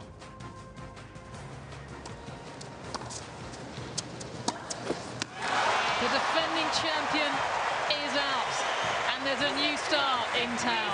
As you can see, Angelique Kerber absolutely with no way of coming back against the young Naomi Osaka, who's turned it around since her loss to Madeline Keys just last year.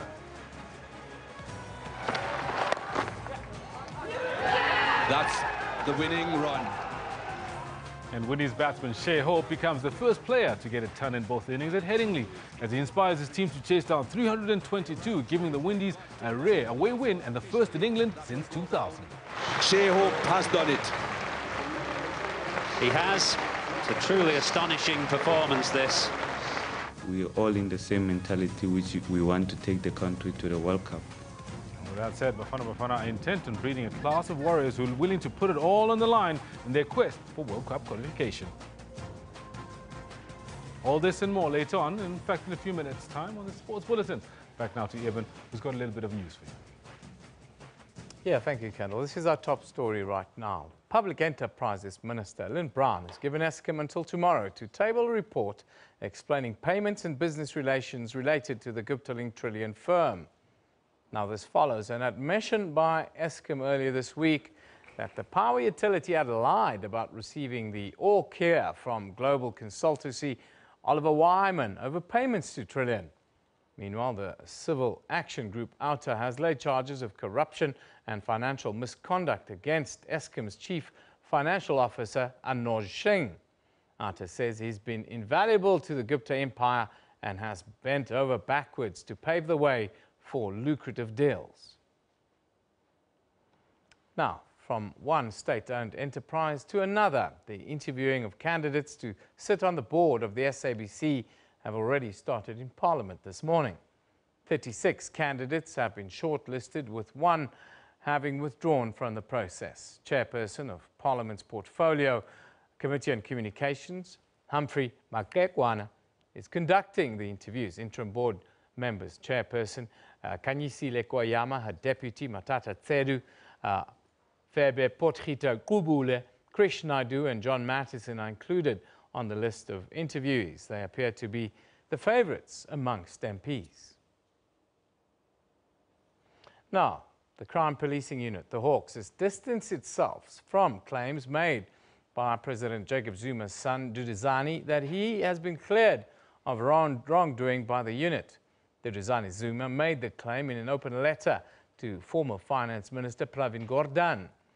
In the letter, Zuma accused Gordhan of targeting him and the Gupta family while ignoring foul play in other businesses in the country.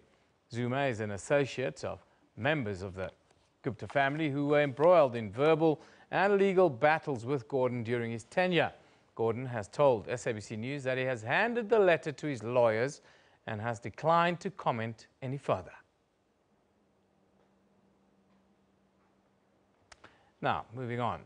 You would know that we did make an announcement beginning of this year, even last year, to say that all these cases that talks to the state of capture that come from the public protector are being investigated.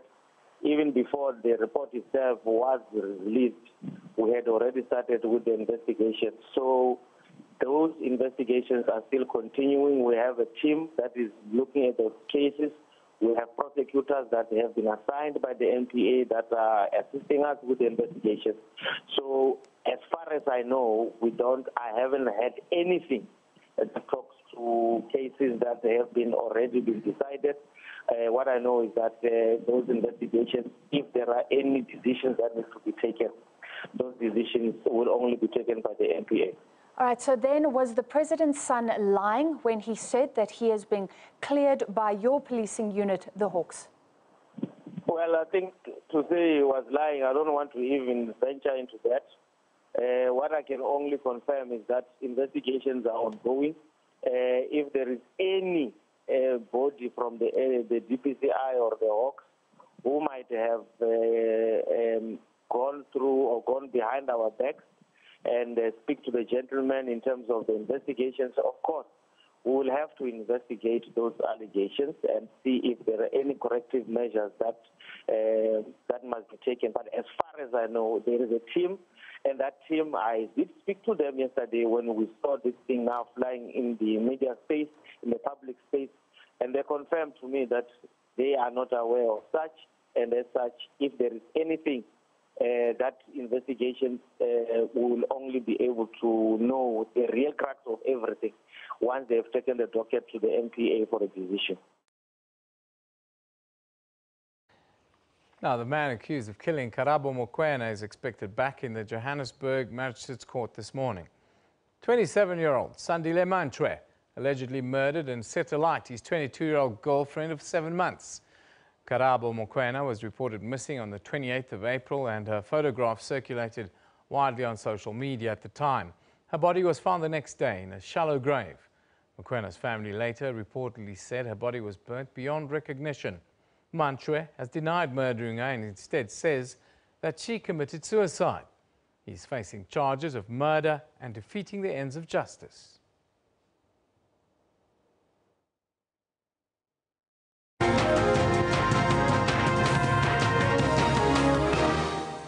Of course, we're looking at the state of SOEs in South Africa today. Now, the turnaround strategy at the public broadcaster, the SABC, continues to gain momentum.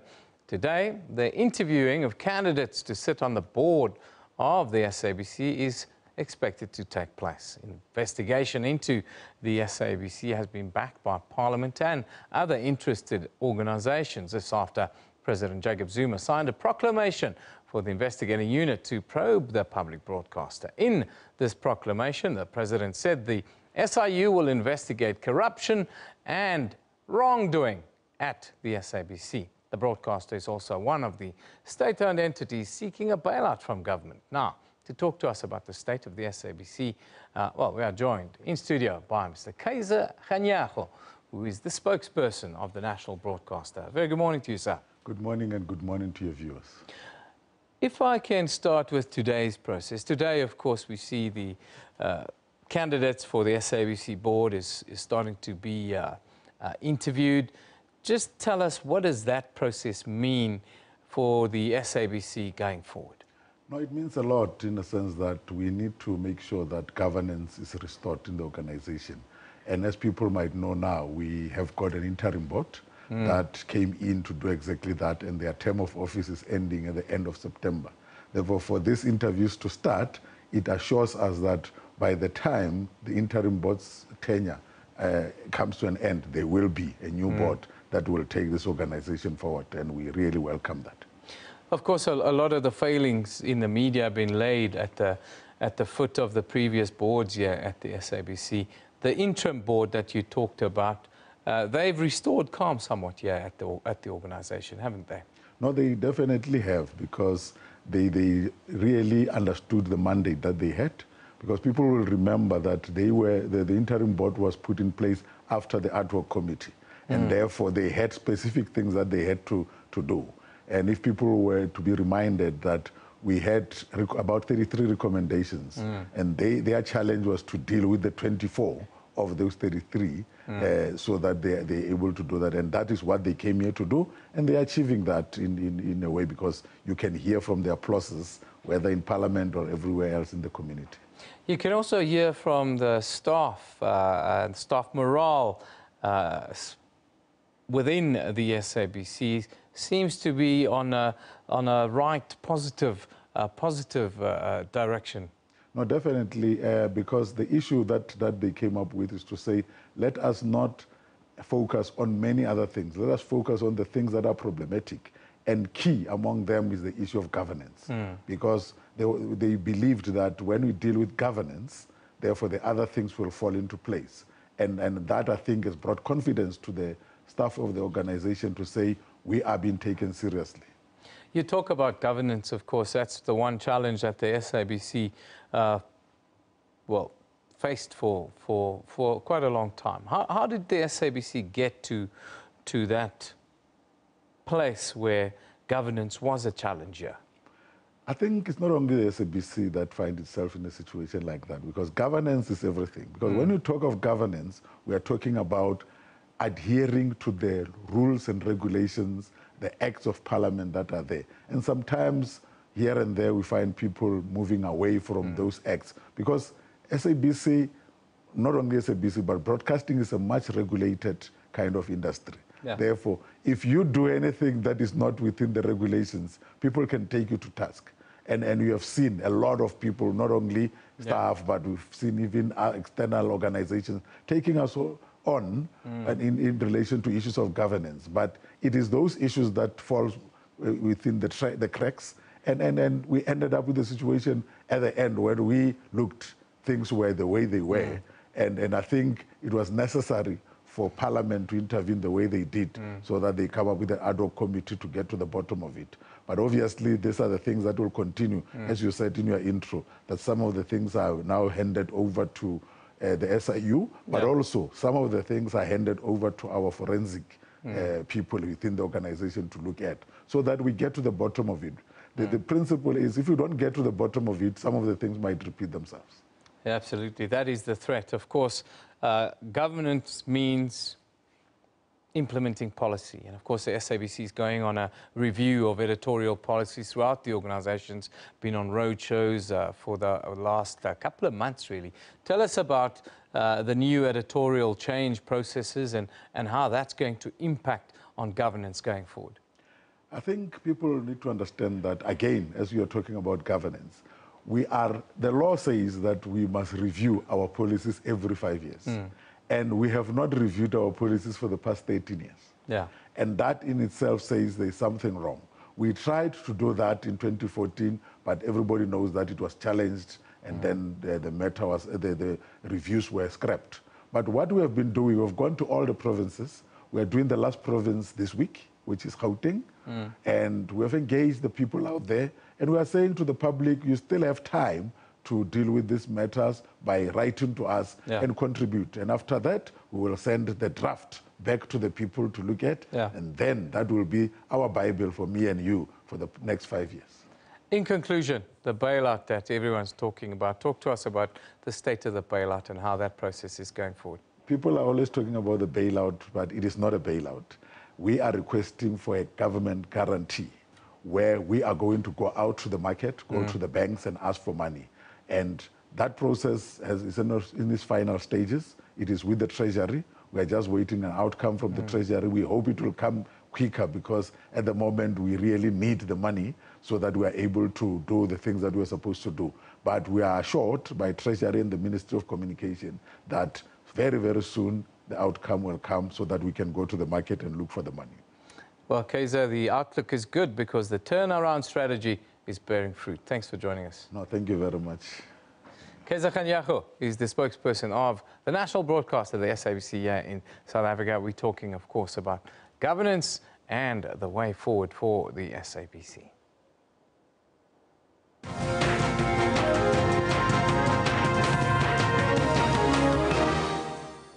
That's awesome news for all of us here at SABC that Kaiser Kganyago just brought to us right here, having that chat with Eben. My name is Kendall Makhamate, and unfortunately I start off this bulletin with not such awesome news. It's really sad and tragic news, though, that I need to bring to you about how former editor and analyst at SABC Sports, Mzimasi Mkepisa, has passed away.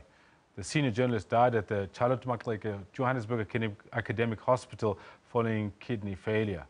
Mkepisa was a renowned soccer analyst who also worked for SABC Sports. He had a wealth of football knowledge and was a regular in-house analyst right here on SABC News Channel. I've had him on the show as well. He was known for his straight shooting and no-nonsense approach in the journalism field. Reports say Mkepisa will be laid to rest next week Friday on the 8th of September. Condolences to him, to his family, and to all who loved Mzimasi. Moving on to other sporting news, and this time I'm talking US Open, where defending champion Angelique Kerber of Germany was knocked out of the US Open in the first round when she lost 6-3, 6-1 to Japanese teenager Naomi Osaka. The 19-year-old Osaka, the 2016 WTA Newcomer of the Year, was really troubled by the 6th-seeded Kerber, who's not won a title since she prevailed here last year. World number one, Rafael Nadal, later on, managed on the same court to dismiss Dusan Lajovic 7-6, 6-2, 6-2 to ease into the US Open second round. A ruthless Nadal delivered the young serve another tennis lesson, breaking his opponent at the first opportunity in the second and third sets to improve his record in first round US Open matches to 13 and no losses. Meanwhile, world number 3 Roger Federer survived a first round scare from Francis Tiafoe as the Swiss progressed to the next round. Federer looked more relieved than overjoyed when Tiafoe's forehand found the net on match point to keep his hopes of a 20th Grand Slam title alive. And the Nedbank Guyana coaches are confident that a decent number of players from this year's 18-man squad will be absorbed immediately by clubs in South Africa's elite football leagues. All the players have already been attached to a club in the Absolute Premiership to train with for a month.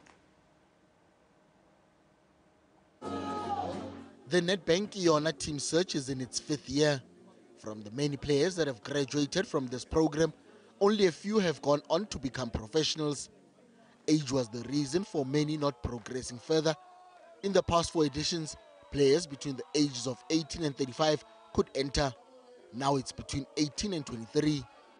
For some players, it takes a couple of years post the Guyana stage before they can be absorbed into the major leagues.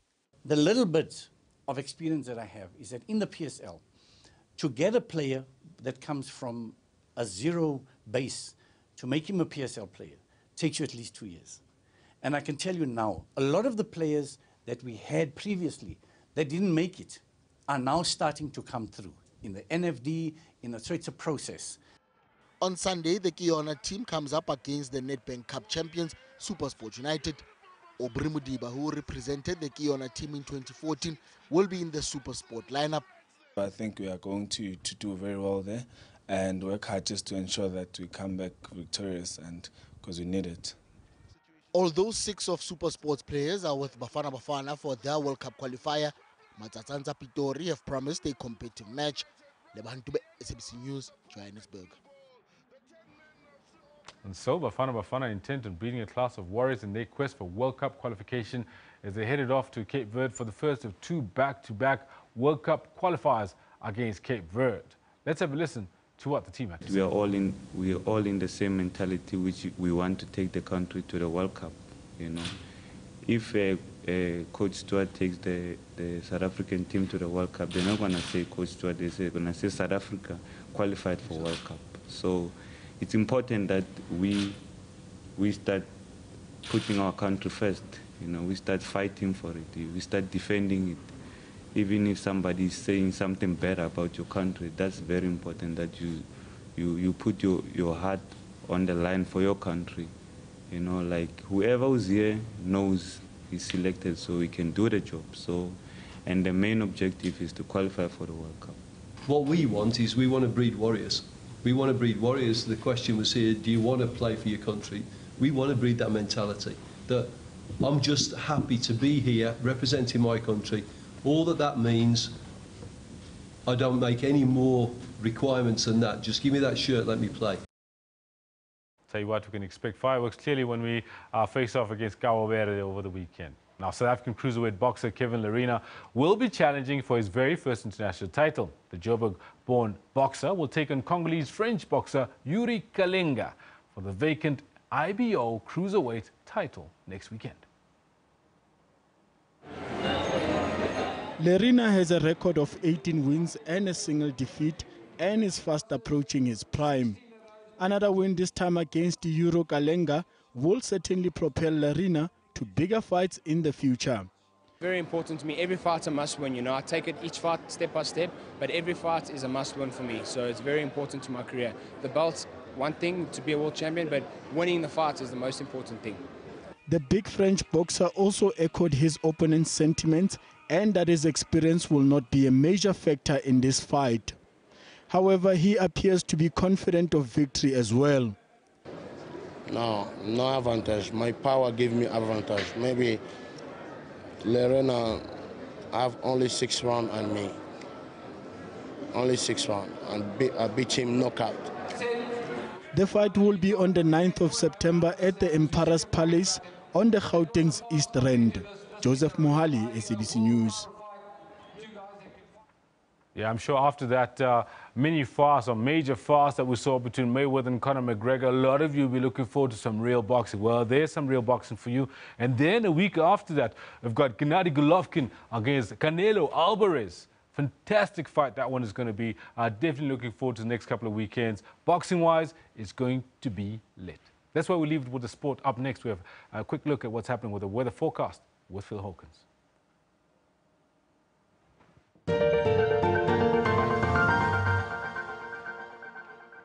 Yeah, thank you so much. A very good morning. Let's take a look at what's happening in terms of the weather.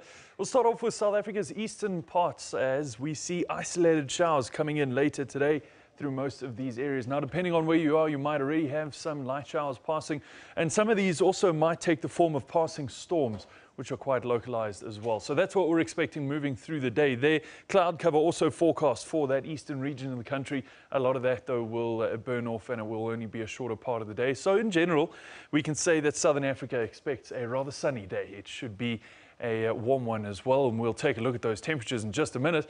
But first of all, we take a look at tomorrow's weather, where interestingly we see the rainfall dissipating from the eastern parts of the country. We now only see a small chance of rainfall over the southern coastline, and that's brought in by low pressure systems that you can see just moving into the area there. Windy conditions are also expected along South Africa's southeastern coastline for tomorrow.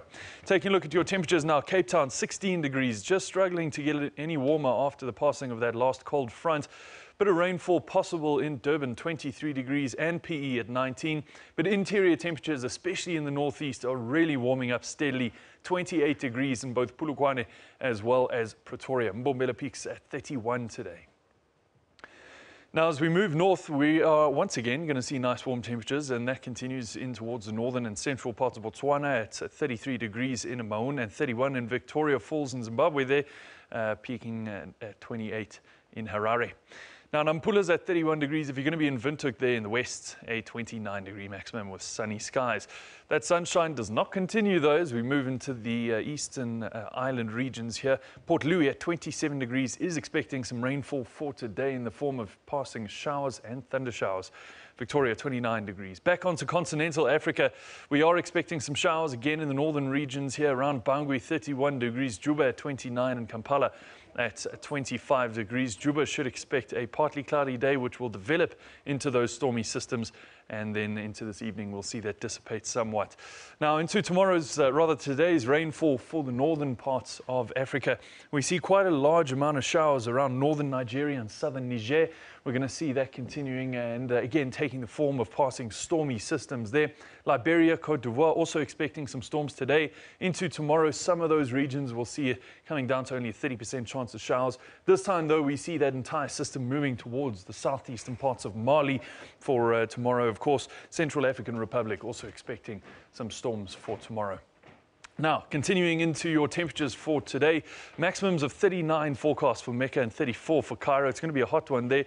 42-degree highs forecast for Riyadh. And very, very quickly, let's take a look at what's happening in the western parts of Africa. We'll move on into the southern coastline first, where we're seeing 27-degree highs in Abidjan as well as Lagos. That, of course, is where we leave your weather for now. Stay tuned.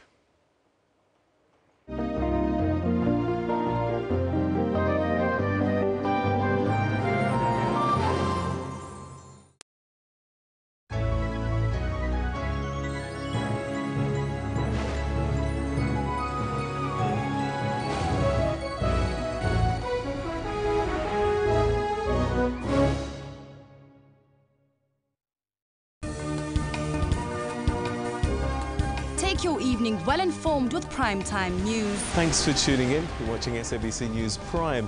The burning land reform issue was also a point of discussion on the first day. If you do not have a skills revolution, you will run into the kind of problems that we're having at the moment. We have funded about 466,000 students, out of about 800,000 students that are in the university system. South Africa says insufficient electricity and water remains one of the biggest barriers to development and prosperity on the continent. The top four batsmen in the squad, Hashim Amla, Quinton de Kock, Faf du Plessis and AB de Villiers, are certainties in the starting lineup. I really believe we cover all bases when it comes to spin bowling, seam bowling, proper pace bowling, and an amazing batting lineup. Stay tuned every Monday to Sunday from 6 p.m. What is environmental health? In Section 24 of the Constitution, the environmental right has a second part, which is to encourage people to be active citizens and gives us the right to participate in politics and organize and raise awareness so that the environmental right can be guaranteed. Using coal and wood and paraffin to cook with or to heat their space or to heat water. These are basic fundamentals, and I think if we can address that alone, we will make a huge impact, an environmental impact on the health of our population. Food that comes into the country, the vigilance at the ports and harbours is being checked at the moment currently by environmental practitioners who are port officers at those ports. They need to be more stringent in terms of control of what comes into the country. Join Health Talk every Saturday for all your health news. Why is there a dispute over who is the rightful heir to the throne? what I can say is that Masindi is a woman. She's a girl. She's a girl child. Because I think that if she was a male, there's no way that anybody was going to dispute the fact that she is the rightful heir. Do you recognize her as your rightful heir? Yeah, no, I will definitely say that she is my daughter. She grew up there. What is the intention? I want my throne. Join me in Port Zedu live every Monday to Thursday at 17:30.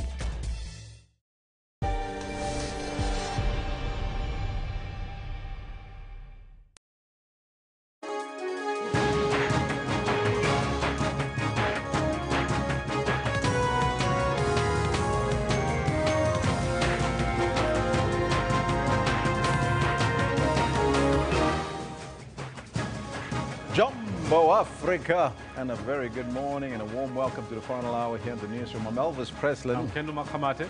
We'll be with you until 12 o'clock. Now, today we're focusing on the political economy of the state-owned enterprises, or as people know it, the SOEs, Kendall. Absolutely. We'd like to find out from you what your thoughts are on the matter, because just recently Eskom admitted to lying about paying more than 1.5 billion rands to trillion capital holdings. And SABC is busy with its turnaround strategy. So we want to find out from you, how do we reverse the fortunes of our SOEs? That's the question we want to pose to you. As you know, of course, SAA wants a 10 billion rand bailout as well. So let me know what's on your mind. Let's take a look at what you are telling us. Shatogoza says, we stop firing competent CEOs on the basis of trumped-up charges. For example, SAA's Buisile Kona versus Lindiwe Nkosi Thomas and Dudumie. He continues, he says, everyone who wants to serve the state, not milk it, gets fired or gets his or her life threatened. This is across SOEs and the three arms of government. Well, it seems like there is some conspiracy theory there from Mr. Kumalo.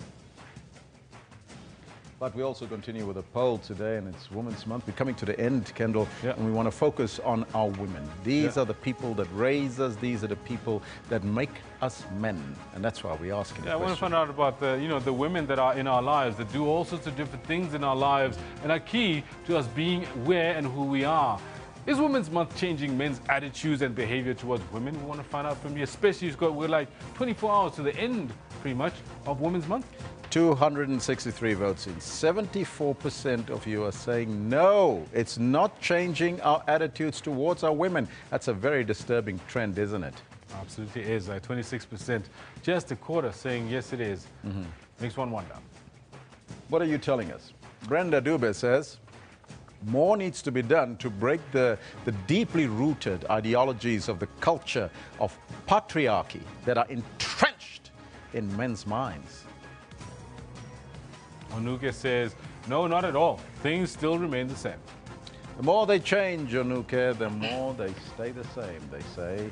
But these are some of your comments. You can keep it coming, but we're also focusing on sports. The minister is flying out. He's going to go with Bafana to Cape Verde. Some are suggesting that he's going to be the super sub on the team. Absolutely. Like, we're talking about Cape Verde, beautiful part of the world. And Zukisi says, maybe, just maybe, he wants to be a future coach of Banana Bafana. Banana Bafana. You must listen to that one very carefully. Tata says, good, until we find out more hope is only for the love of the game. Well, there's some people that feel that the minister should be with them. Those are all your comments. Please keep them coming on the Twitter handle at SABC Newsroom, as well as on the Facebook page. Also, we're also doing something else on Facebook and Twitter. Yes, we're doing a poll there, Kendall. Absolutely. We'd like to find out what our viewers think about the show, how it is we can improve the show, how it is we can do better with what we give you every single day. Please do interact with us. Let us know on Twitter. Let us know on Facebook, on Newsroom. You'll find out and you tell us what you think about how we can make this show that much better for you. We want to find out what you want to see on the show as well. So you can go there, and I think, do we have it up there sometime? If we can put it up so people can see, so they can just click on the link, is it? 100%. And then they can go and tell us what's on their mind. It's a little survey that we want to find out from you. What do you make of the show and so forth. So please participate. But right now it's time to get down to business and take a look at your news headlines.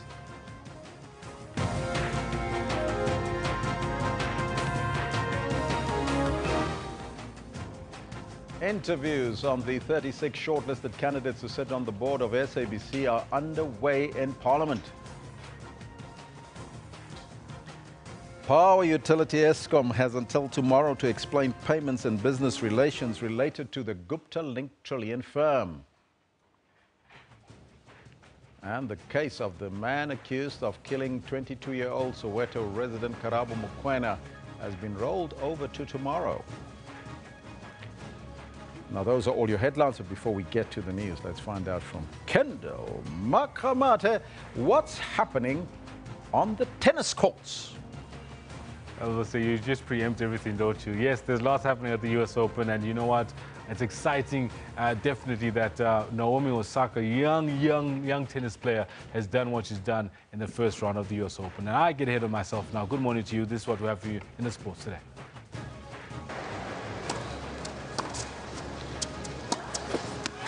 The defending champion is out, and there's a new star in town. Yes, Angelique Kerber gets crushed in just over an hour by teenager Naomi Osaka. As for the first time since 2005, the US Open defending champion gets ousted in the first round.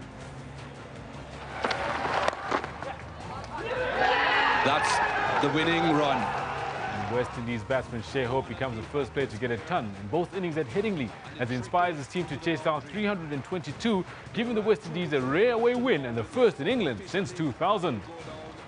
Shea Hope has done it. He has. It's a truly astonishing performance, this. We are all in the same mentality, which we want to take the country to the World Cup. Bafana intent on beating a class of warriors in their quest for World Cup qualification. All this and more at 11:35 to stay with Elvis as he's got the news. Well, thank you, Kendall. Top story this hour. Public Enterprises Minister Lynn Brown has given Eskom 2 days to table a report explaining payments and business relations related to the Gupta-linked trillion firm. Now, this follows an admission by Eskom on Monday that the power utility lied about receiving the all clear from the global consultancy Oliver Wyman over payments to Trillion. Meanwhile, the civil action group OUTA has laid charges of corruption and financial misconduct against Eskom's chief financial officer, Anuj Singh. OUTA says he's been invaluable to the Gupta empire and has bent over backwards to pave the way for lucrative deals. Now, from one state-owned enterprise to another, the interviewing of candidates who sit on the board of the SABC has already started in Parliament. 36 candidates have been shortlisted, with one having withdrawn from the process. Chairperson of Parliament's Portfolio Committee on Communications, Humphrey Mqawana, is conducting the interviews. Interim board members, the chairperson, Kanyisile Kwenyama, Deputy Matata Tsedu, Phoebe Potgieter-Kabule, Krish Naidu, as well as John Mattison, are included on the list of interviewees. They appear to be the favourites among the MPs. Meanwhile, we earlier spoke to the SABC spokesperson, Kaiser Kanyaho, on the latest developments in the state of the public broadcaster.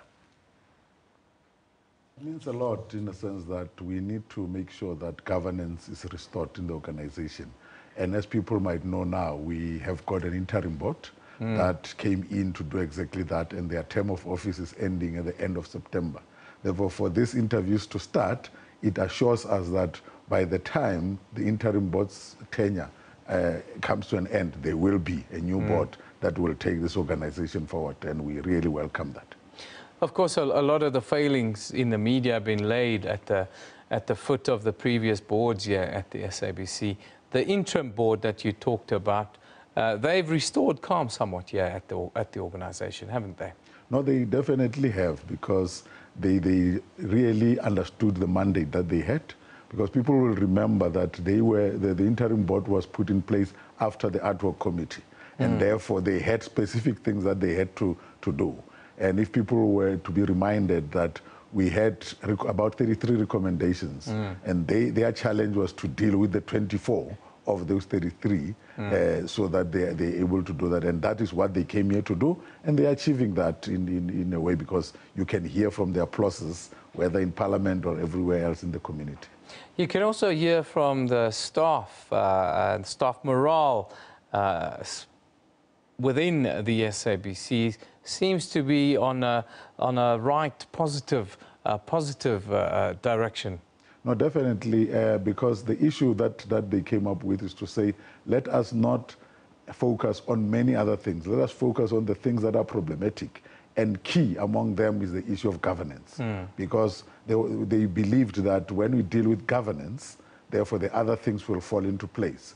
And that, I think, has brought confidence to the staff of the organization to say, we are being taken seriously. You talk about governance, of course. That's the one challenge that the SABC, faced for quite a long time. How did the SABC get to that place where governance was a challenge here? I think it's not only the SABC that finds itself in a situation like that, because governance is everything. Because when you talk of governance, we are talking about adhering to the rules and regulations, the acts of parliament that are there. And sometimes here and there we find people moving away from those acts, because SABC, not only SABC, but broadcasting is a much regulated kind of industry. Yeah. Therefore, if you do anything that is not within the regulations, people can take you to task. And we have seen a lot of people, not only staff, but we've seen even our external organizations taking us on in relation to issues of governance. But it is those issues that fall within the cracks. And we ended up with a situation at the end where we looked, things were the way they were. And I think it was necessary for Parliament to intervene the way they did, so that they come up with an ad hoc committee to get to the bottom of it. But obviously, these are the things that will continue, as you said in your intro, that some of the things are now handed over to the SIU, but also some of the things are handed over to our forensic people within the organization to look at, so that we get to the bottom of it. The principle is, if you don't get to the bottom of it, some of the things might repeat themselves. Yeah, absolutely. That is the threat. Of course, governance means implementing policy. And of course, the SABC is going on a review of editorial policies throughout the organizations, been on road shows for the last couple of months, really. Tell us about the new editorial change processes and how that's going to impact on governance going forward. I think people need to understand that, again, as you are talking about governance, the law says that we must review our policies every 5 years. And we have not reviewed our policies for the past 13 years. Yeah. And that in itself says there's something wrong. We tried to do that in 2014, but everybody knows that it was challenged, and then the matter was, the reviews were scrapped. But what we have been doing, we've gone to all the provinces. We're doing the last province this week, which is Gauteng, and we have engaged the people out there, and we are saying to the public, you still have time to deal with these matters by writing to us and contribute. And after that, we will send the draft back to the people to look at, and then that will be our Bible for me and you for the next 5 years. In conclusion, the bailout that everyone's talking about, talk to us about the state of the bailout and how that process is going forward. People are always talking about the bailout, but it is not a bailout. We are requesting for a government guarantee where we are going to go out to the market, go to the banks and ask for money. And that process is in its final stages. It is with the Treasury. We are just waiting an outcome from the Treasury. We hope it will come quicker, because at the moment we really need the money so that we are able to do the things that we're supposed to do. But we are assured by Treasury and the Ministry of Communication that very, very soon the outcome will come so that we can go to the market and look for the money. It's not a bailout, it's a guarantee, folks. The SABC is in the clear. Now, the crime police, now before we go there, let's find out from you about that question, because we're talking about the SOEs this morning, the political economy of the SOEs and the state that they're in, and how do we reverse the financial fortunes of our SOEs. Let's take a look at what you're telling us. This one coming from Desley says, even qualified people are corrupt. We must first reduce corruption and choose the right people. Michael Big M says, hiring properly qualified personnel will make common sense. If not, logical sense. And not this thing of hiring people just because of their political standing. Ngutalo says, if we can demolish corruption, everything would be okay. The crisis is corruption. These are some of your comments. You can keep them coming. We'll read them as we continue. Now, the crime policing unit, the Hawks, has distanced itself from claims made by the president's son that he has been cleared of wrongdoing by the unit. Duduzane Zuma made the claim in an open letter to the former finance minister, Pravin Gordhan. In the letter, Zuma accused Gordhan of targeting him and the Gupta family while ignoring foul play in other businesses in the country. Duduzane Zuma is an associate of members of the Gupta family who were embroiled in verbal and legal battles with Gordhan during his tenure. Gordhan told SABC News that he has handed the letter to his lawyers and has declined to comment any further. There are investigations that are underway. You would know that we did make an announcement beginning of this year, even last year, to say that all these cases that talks to the state of capture that come from the public protector are being investigated. Even before the report itself was released, we had already started with the investigation. So those investigations are still continuing. We have a team that is looking at those cases. We have prosecutors that have been assigned by the NPA that are assisting us with the investigation. So as far as I know, I haven't had anything that talks to cases that have been already been decided. What I know is that those investigations, if there are any decisions that need to be taken, those decisions will only be taken by the NPA. All right, so then was the president's son lying when he said that he has been cleared by your policing unit, the Hawks? Well, I think to say he was lying, I don't want to even venture into that. What I can only confirm is that investigations are ongoing. If there is any body from the DPCI or the Hawks who might have gone through or gone behind our backs and speak to the gentleman in terms of the investigations, of course, we will have to investigate those allegations and see if there are any corrective measures that must be taken. But as far as I know, there is a team, and that team, I did speak to them yesterday when we saw this thing now flying in the media space, in the public space, and they confirmed to me that they are not aware of such, and as such, if there is anything that investigation will only be able to know the real crux of everything once they've taken the docket to the NPA for a decision. The state says it's finalizing its case against the murder-accused Sandile Mantswe, and it's ready to go to trial. The case is being rolled over to tomorrow. Mantswe is accused of killing his girlfriend Karabo Mokoena in March and burning her body. Mokwena's charged body or remains were found in a veld in Lyndhurst 2 weeks after she went missing. 27-year-old Sandile Mantswe allegedly murdered and then set alight his 22-year-old girlfriend of 7 months. Karabo Mokoena was reported missing on the 28th of April, and her photograph circulated on social media. Her body was found the next day in a shallow grave. Mokwena's family later reportedly said her body was burnt beyond recognition. Mantswe has denied murdering her and instead says that she committed suicide. He's facing charges of murder and defeating the ends of justice. Staying in the courts, the second bail application by Nigerian pastor Timothy Omotoso is expected to take place in the Port Elizabeth Magistrates Court today. Omotoso's legal immigration status is under the spotlight as his visa expires today, but the High Court ruled that he may apply for an extension of his general work visa. Omotoso also faces a charge of human trafficking, 22 charges of contravening the Sexual Offences Act, and 2 charges of rape. These are congregants of the Jesus Dominion International Church. Today they march to court seeking divine intervention. Last month the court ruled the nature of the offences permitted no bail.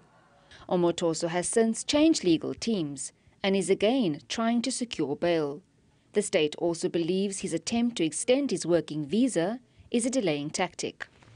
We all know he's not here legally, but it's another trick from the defense to ensure that they delay this process as much as they can to ensure that it looks like he's here legally. As the NPA, we're going to deal with that, and we're going to do it in court. A group of people also protested outside court, calling for the clergymen to be denied bail. We do believe that we have a case as a country, as a world, against the so-called men of God.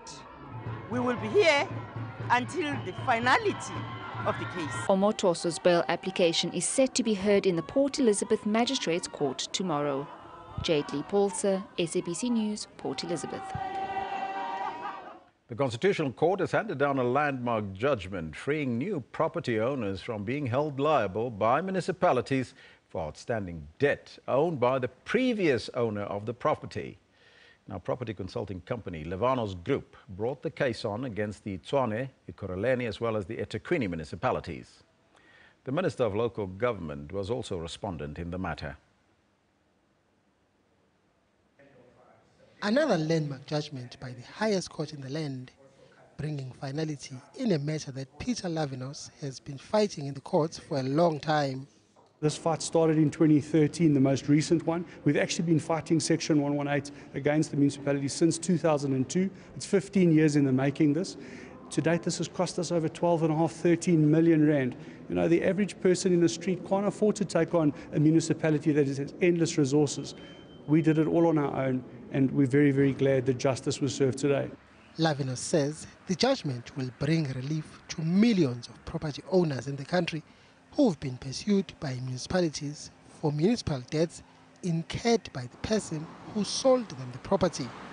The court has decided and has confirmed that the municipalities need to do their job. They need to collect the debts from the owners that incurred the debts. They can't simply take the debts transferred from the old owner to the new owner unilaterally and deny people their constitutional rights to services such as water and electricity. What the flowing effect of that also meant was that the municipalities could effectively sell new owners' properties to collect debt on a property that they failed to collect in the first place. It's ludicrous. So basically, the municipalities have to do their job now and collect the debts from the correct people. Property market practitioners have welcomed the judgment. When there is a rates clearance certificate issued, which is required by law for a property to be transferred, the buyer of the property is entitled to expect that they have free, clear and beneficial ownership of the property. And so the municipal billing or the mess in municipal billing can't hold a purchase of properties to ransom. So I think it's a very good ruling for sellers and buyers and homeowners alike.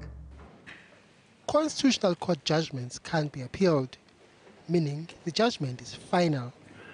Mbongile Mutwa, SABC News, Johannesburg. The United Nations Secretary General has condemned the latest launch of a ballistic missile by the Democratic People's Republic of Korea in violation of several Security Council resolutions. The Council is expected to meet later tonight in New York in an emergency session just weeks after it passed a fresh set of sanctions to further undercut North Korea's revenue streams. According to the South Korean military, the missile flew for 2,700 kilometers over Japanese territory before splashing down in the Pacific Ocean in just the latest show of defiance from Pyongyang. Sirens sounding the alarm over Japan after an intermediate-range ballistic missile was fired from North Korea, crossing over northern Japanese territory in one of the most daring launches since Kim Jong-un took over the DPRK's leadership. What happened today is absolutely unacceptable and irresponsible. The United States, along with Japan and South Korea, have called for an emergency Security Council meeting this afternoon. We are going to talk about what else is left to do to North Korea. No country should have missiles flying over them like those 130 million people in Japan. It's unacceptable. They have violated every single UN Security Council resolution that we've had. And so I think something serious has to happen. As President Donald Trump headed to Texas to oversee flood rescue operations, a statement calling North Korea's behavior threatening and destabilizing, warning that all options were on the table. I've heard of anyone proposing anything new at this point. The key thing is that we get together, that we consider the latest illegal act, reckless act by North Korea, and as an international community, we remain united in dealing with it. PRK has defended its actions in light of continued US-South Korea military drills in the region. It will continue to strengthen its defense capability with nuclear force as a pivot, as long as the US maintains nuclear threats and do not stop military drills at the doorstep of DPRK. The US pressure and the provocative act will only provide further justification for the DPRK's measure to strengthen its self-defense capabilities. It's unclear what further action Council can take just 3 weeks after passing a comprehensive new sanctions package. Secretary-General Antonio Guterres has called on the government of the DPRK to fully comply with its international obligations and to work towards reopening communication channels. The main concern is that there could be a military escalation, with Beijing calling for cool heads, warning that the crisis had now reached a tipping point. Sherwin Brycebees, SABC News, New York.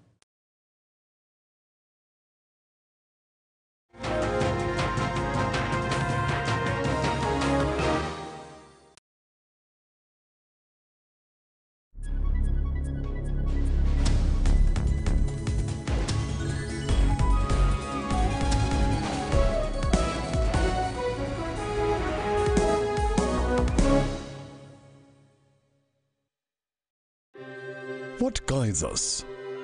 What leads us forward? Is it leaders on a soapbox, spouting rhetoric for the crowd? Is it the actions of our people? Or the voices of our citizens? Your country is guided by the voices of its people. And your broadcaster is dependent on your voice to guide it.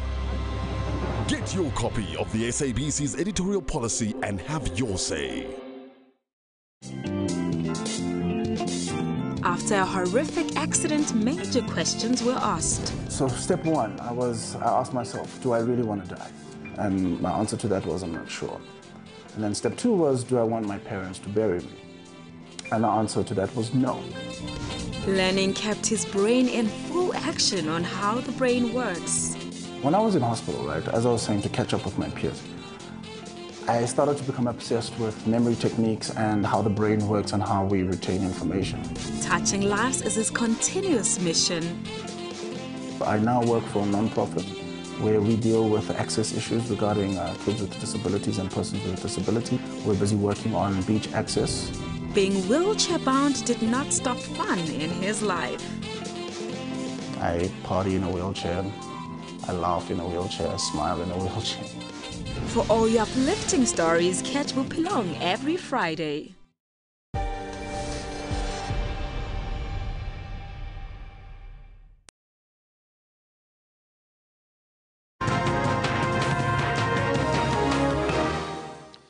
Only 28% of senior management roles in South Africa are held by women.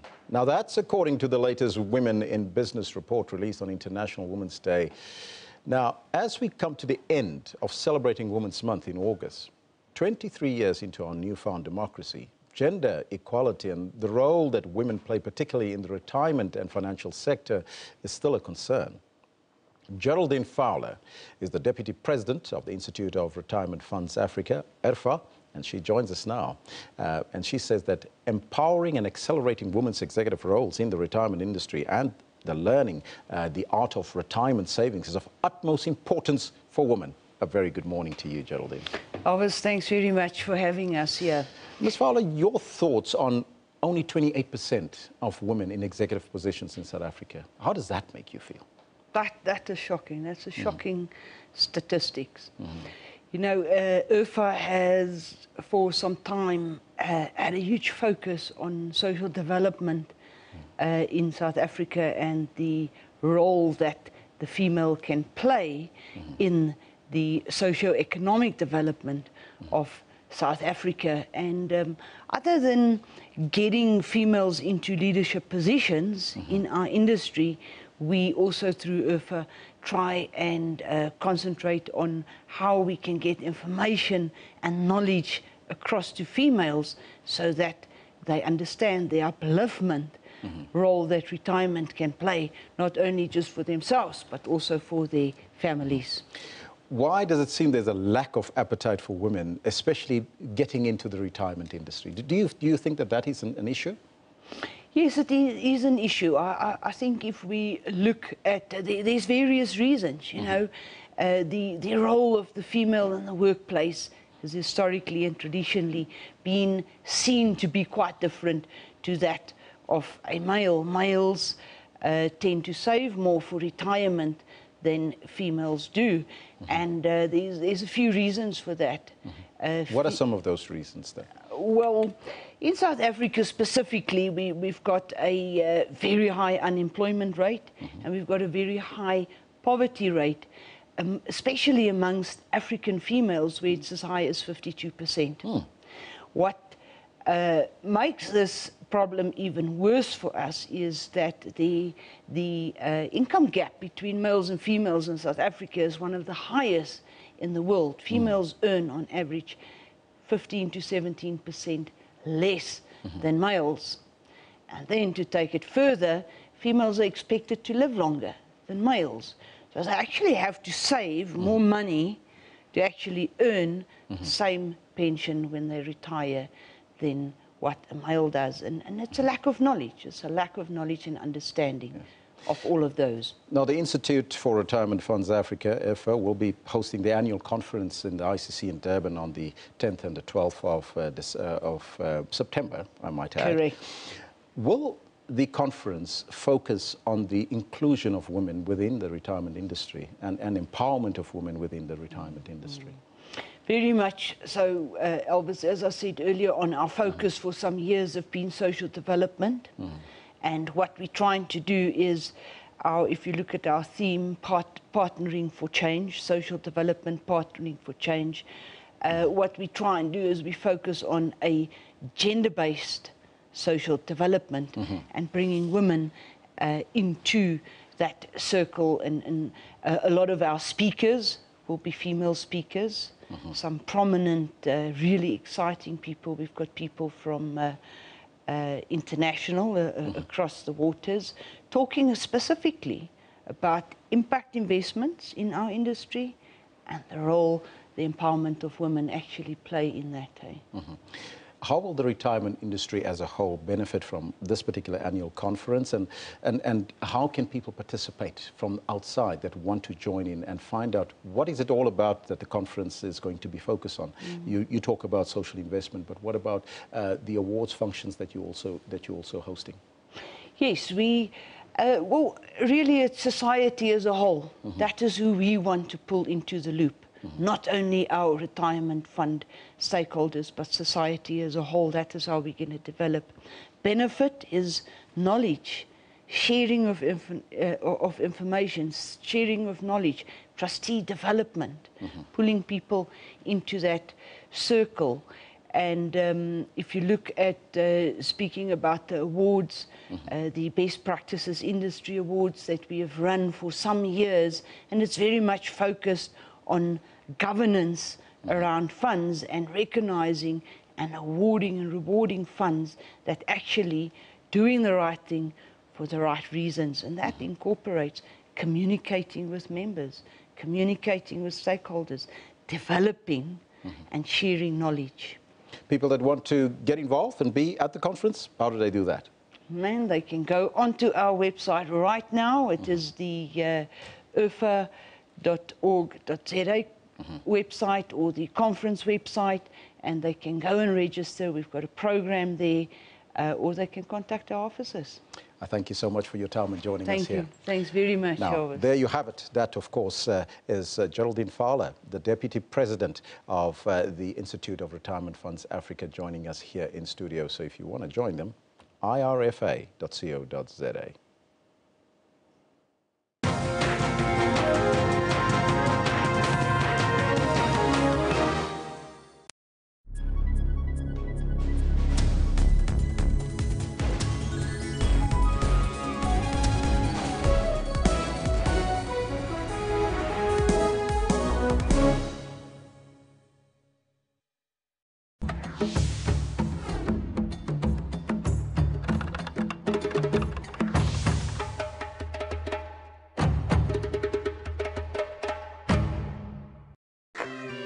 What guides us? What leads us forward? Is it the advice of our elders? Is it the actions of our people? Or the voices of our citizens? Your country is guided by the voices of its people, and your broadcaster is dependent on your voice to guide it. Get your copy of the SABC's editorial policy and have your say. Well, a very good morning and welcome to AM News Live at 10:00 hours across all Central Africa regions. A fitting send-off for a revolutionary giant, a life dedicated in service of the people. The result means that the Swallows are out of the ABC Multiple League and drop to the amateur fourth tier of South African football, the SAB League. Tune in on AM News every Saturday and Sunday from 10 hours.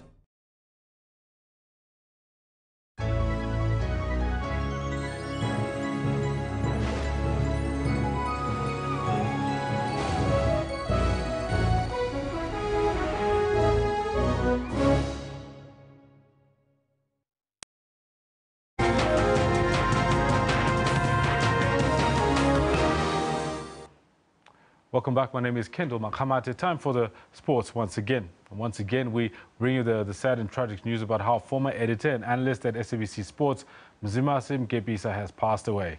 The senior journalist died at the Charlotte Maxeke Johannesburg Academic Hospital, this following kidney failure. Mgebisa was a renowned soccer analyst who also worked for SABC Sports. He had a wealth of football knowledge and was a regular in-house analyst right here on SABC News Channel. He was known for his straight shooting and no-nonsense approach in the journalism field. Reports have it that Mgebisa will be laid to rest next week, Friday, on the 8th of September. Now, the Nedbank Kiona coaches are confident that a decent number of players from this year's 18-man squad will be taken up immediately by clubs in South Africa's Elite Football League. All the players have already been attached to a club in the Absa Premiership to train with for a month. The Nedbank Kiona team search is in its 5th year. From the many players that have graduated from this program, only a few have gone on to become professionals. Age was the reason for many not progressing further. In the past 4 editions, players between the ages of 18 and 35 could enter. Now it's between 18 and 23. For some players, it takes a couple of years post the Kiona stage before they can be absorbed into the major leagues. The little bit of experience that I have is that in the PSL, to get a player that comes from a zero base to make him a PSL player takes you at least 2 years. And I can tell you now, a lot of the players that we had previously that didn't make it are now starting to come through in the NFD, so it's a process. On Sunday, the Kiona team comes up against the Nedbank Cup champions, SuperSport United. Aubrey Mudiba, who represented the Kiona team in 2014, will be in the SuperSport lineup. I think we are going to do very well there and work hard just to ensure that we come back victorious, and because we need it. Although 6 of SuperSport's players are with Bafana Bafana for their World Cup qualifier, Matsatsanza Pitori have promised a competitive match. Lebantube, SABC News, Johannesburg. Now, Bafana intends on making sure that they breed a class of warriors in their quest for World Cup qualification as they take up against Cape Verde for the first of 2 back-to-back World Cup qualifiers this weekend. We are all in the same mentality, which we want to take the country to the World Cup. You know, if Coach Stewart takes the South African team to the World Cup, they're not going to say Coach Stewart, they're going to say South Africa qualified for World Cup. So it's important that we start putting our country first. You know, we start fighting for it. We start defending it. Even if somebody is saying something bad about your country, that's very important that you put your heart on the line for your country. You know, like whoever who's here knows he's selected so he can do the job. So, and the main objective is to qualify for the World Cup. What we want is we want to breed warriors. We want to breed warriors. The question was here, do you want to play for your country? We want to breed that mentality that I'm just happy to be here representing my country. All that means I don't make any more requirements than that. Just give me that shirt, let me play. Now to boxing, where South African cruiserweight boxer Kevin Lerena will be challenging for his very first international title. The Joburg-born boxer will take on Congolese-French boxer Yuri Kalinga for the vacant International Boxing Organization's cruiserweight title next weekend. Lerena has a record of 18 wins and a single defeat and is fast approaching his prime. Another win this time against Yuri Kalinga will certainly propel Lerena to bigger fights in the future. Very important to me. Every fight's a must win. You know, I take it each fight step by step, but every fight is a must win for me. So it's very important to my career. The belt's one thing to be a world champion, but winning the fights is the most important thing. The big French boxer also echoed his opponent's sentiments and that his experience will not be a major factor in this fight. However, he appears to be confident of victory as well. No advantage. My power gave me advantage. Maybe Lerena have only 6 rounds on me. Only 6 rounds. And I beat him knockout. The fight will be on the 9th of September at the Emperor's Palace on the Gauteng's East Rand. Joseph Mohali, SABC News.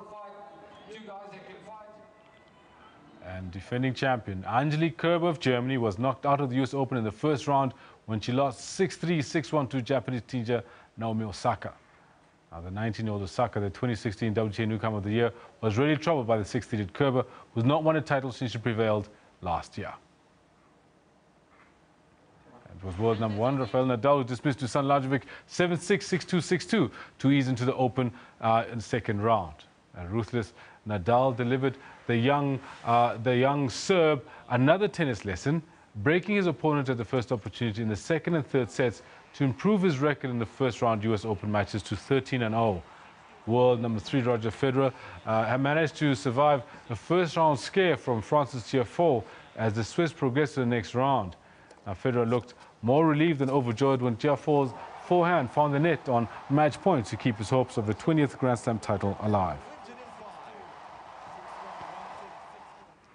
And Shai Hope became the first man to score 100 in both innings of a first-class match at Headingley as he inspired the West Indies to a truly magnificent and wholly unlikely 5-wicket win over England in a thrilling second test yesterday. Hope and fellow Barbadian Craig Brathwaite recreated their first innings heroics to inspire a side written off and dismissed as pathetic after a crushing innings defeat in the first test at Edgbaston. The pair, who both scored hundreds first time around again, combined superbly, compiling another century partnership to provide the backbone of the Windies' gripping chase of 322 runs to level the 3-match series. Jermaine Blackwood then muscled the visitors towards the finish line with Hope, smashing a typically thunderous 41 of 45 balls, including 2 sixes. And now it was the Windies' first victory in a test in England for 17 years, and one of the most unexpected triumphs in the game's history. Now, such have been the recent woes of Caribbean cricket. The 23-year-old Hope proved the hero of the day when his unprecedented achievement of twin centuries in a match after 118 years of first-class cricket at the famous Yorkshire venue.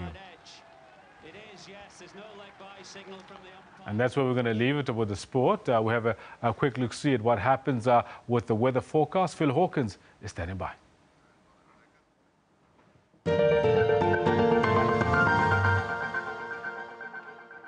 Yeah, thank you so much. A very good morning. Let's take a look at what's happening in terms of the weather.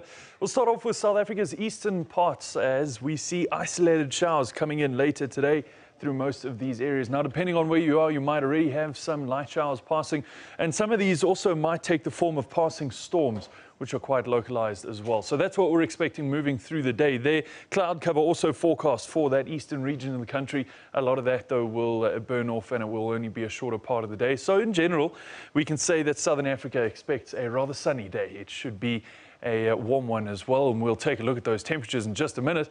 But first of all, we take a look at tomorrow's weather, where interestingly we see the rainfall dissipating from the eastern parts of the country. We now only see a small chance of rainfall over the southern coastline, and that's brought in by low pressure systems that you can see just moving into the area there. Windy conditions are also expected along South Africa's southeastern coastline for tomorrow. Taking a look at your temperatures now, Cape Town 16 degrees, just struggling to get any warmer after the passing of that last cold front. Bit of rainfall possible in Durban, 23 degrees, and PE at 19. But interior temperatures, especially in the northeast, are really warming up steadily. 28 degrees in both Polokwane as well as Pretoria. Mbombela peaks at 31 today.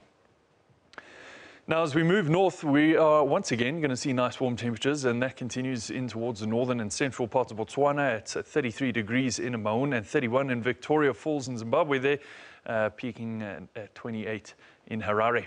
Now, Nampula's at 31 degrees. If you're going to be in Windhoek there in the west, a 29-degree maximum with sunny skies. That sunshine does not continue, though, as we move into the eastern island regions here. Port Louis at 27 degrees is expecting some rainfall for today in the form of passing showers and thunder showers.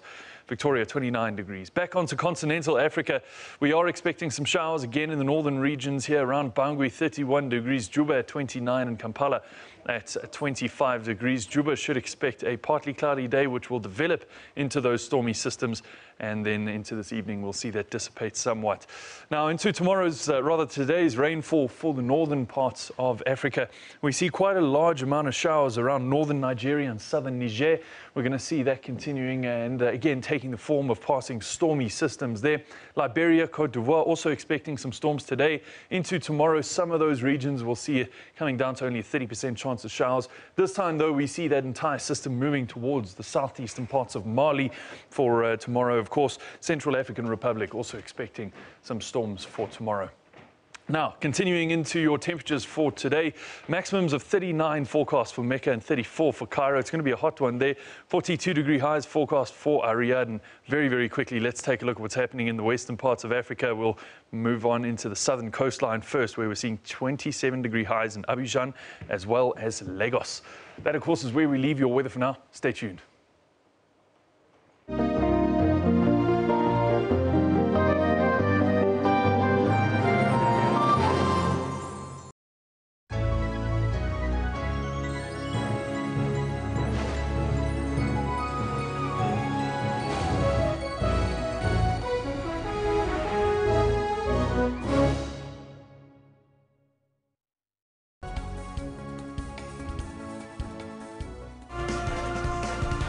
Hello and a warm welcome to PM News, and we're broadcasting live from Johannesburg. 4 decades later, the family is still seeking closure. We need the truth, and the truth must be told. Children often go undiagnosed because they are hidden away. About 1 million people in South Africa live with autism. Creative recycling at play. Mosaic has been around forever. I just had to find a new, fresh way to put and a new spin to put on it. So I decided, why not recycled cans? Stay tuned to PM News for all your news updates every Saturday and Sunday from 1500 hours.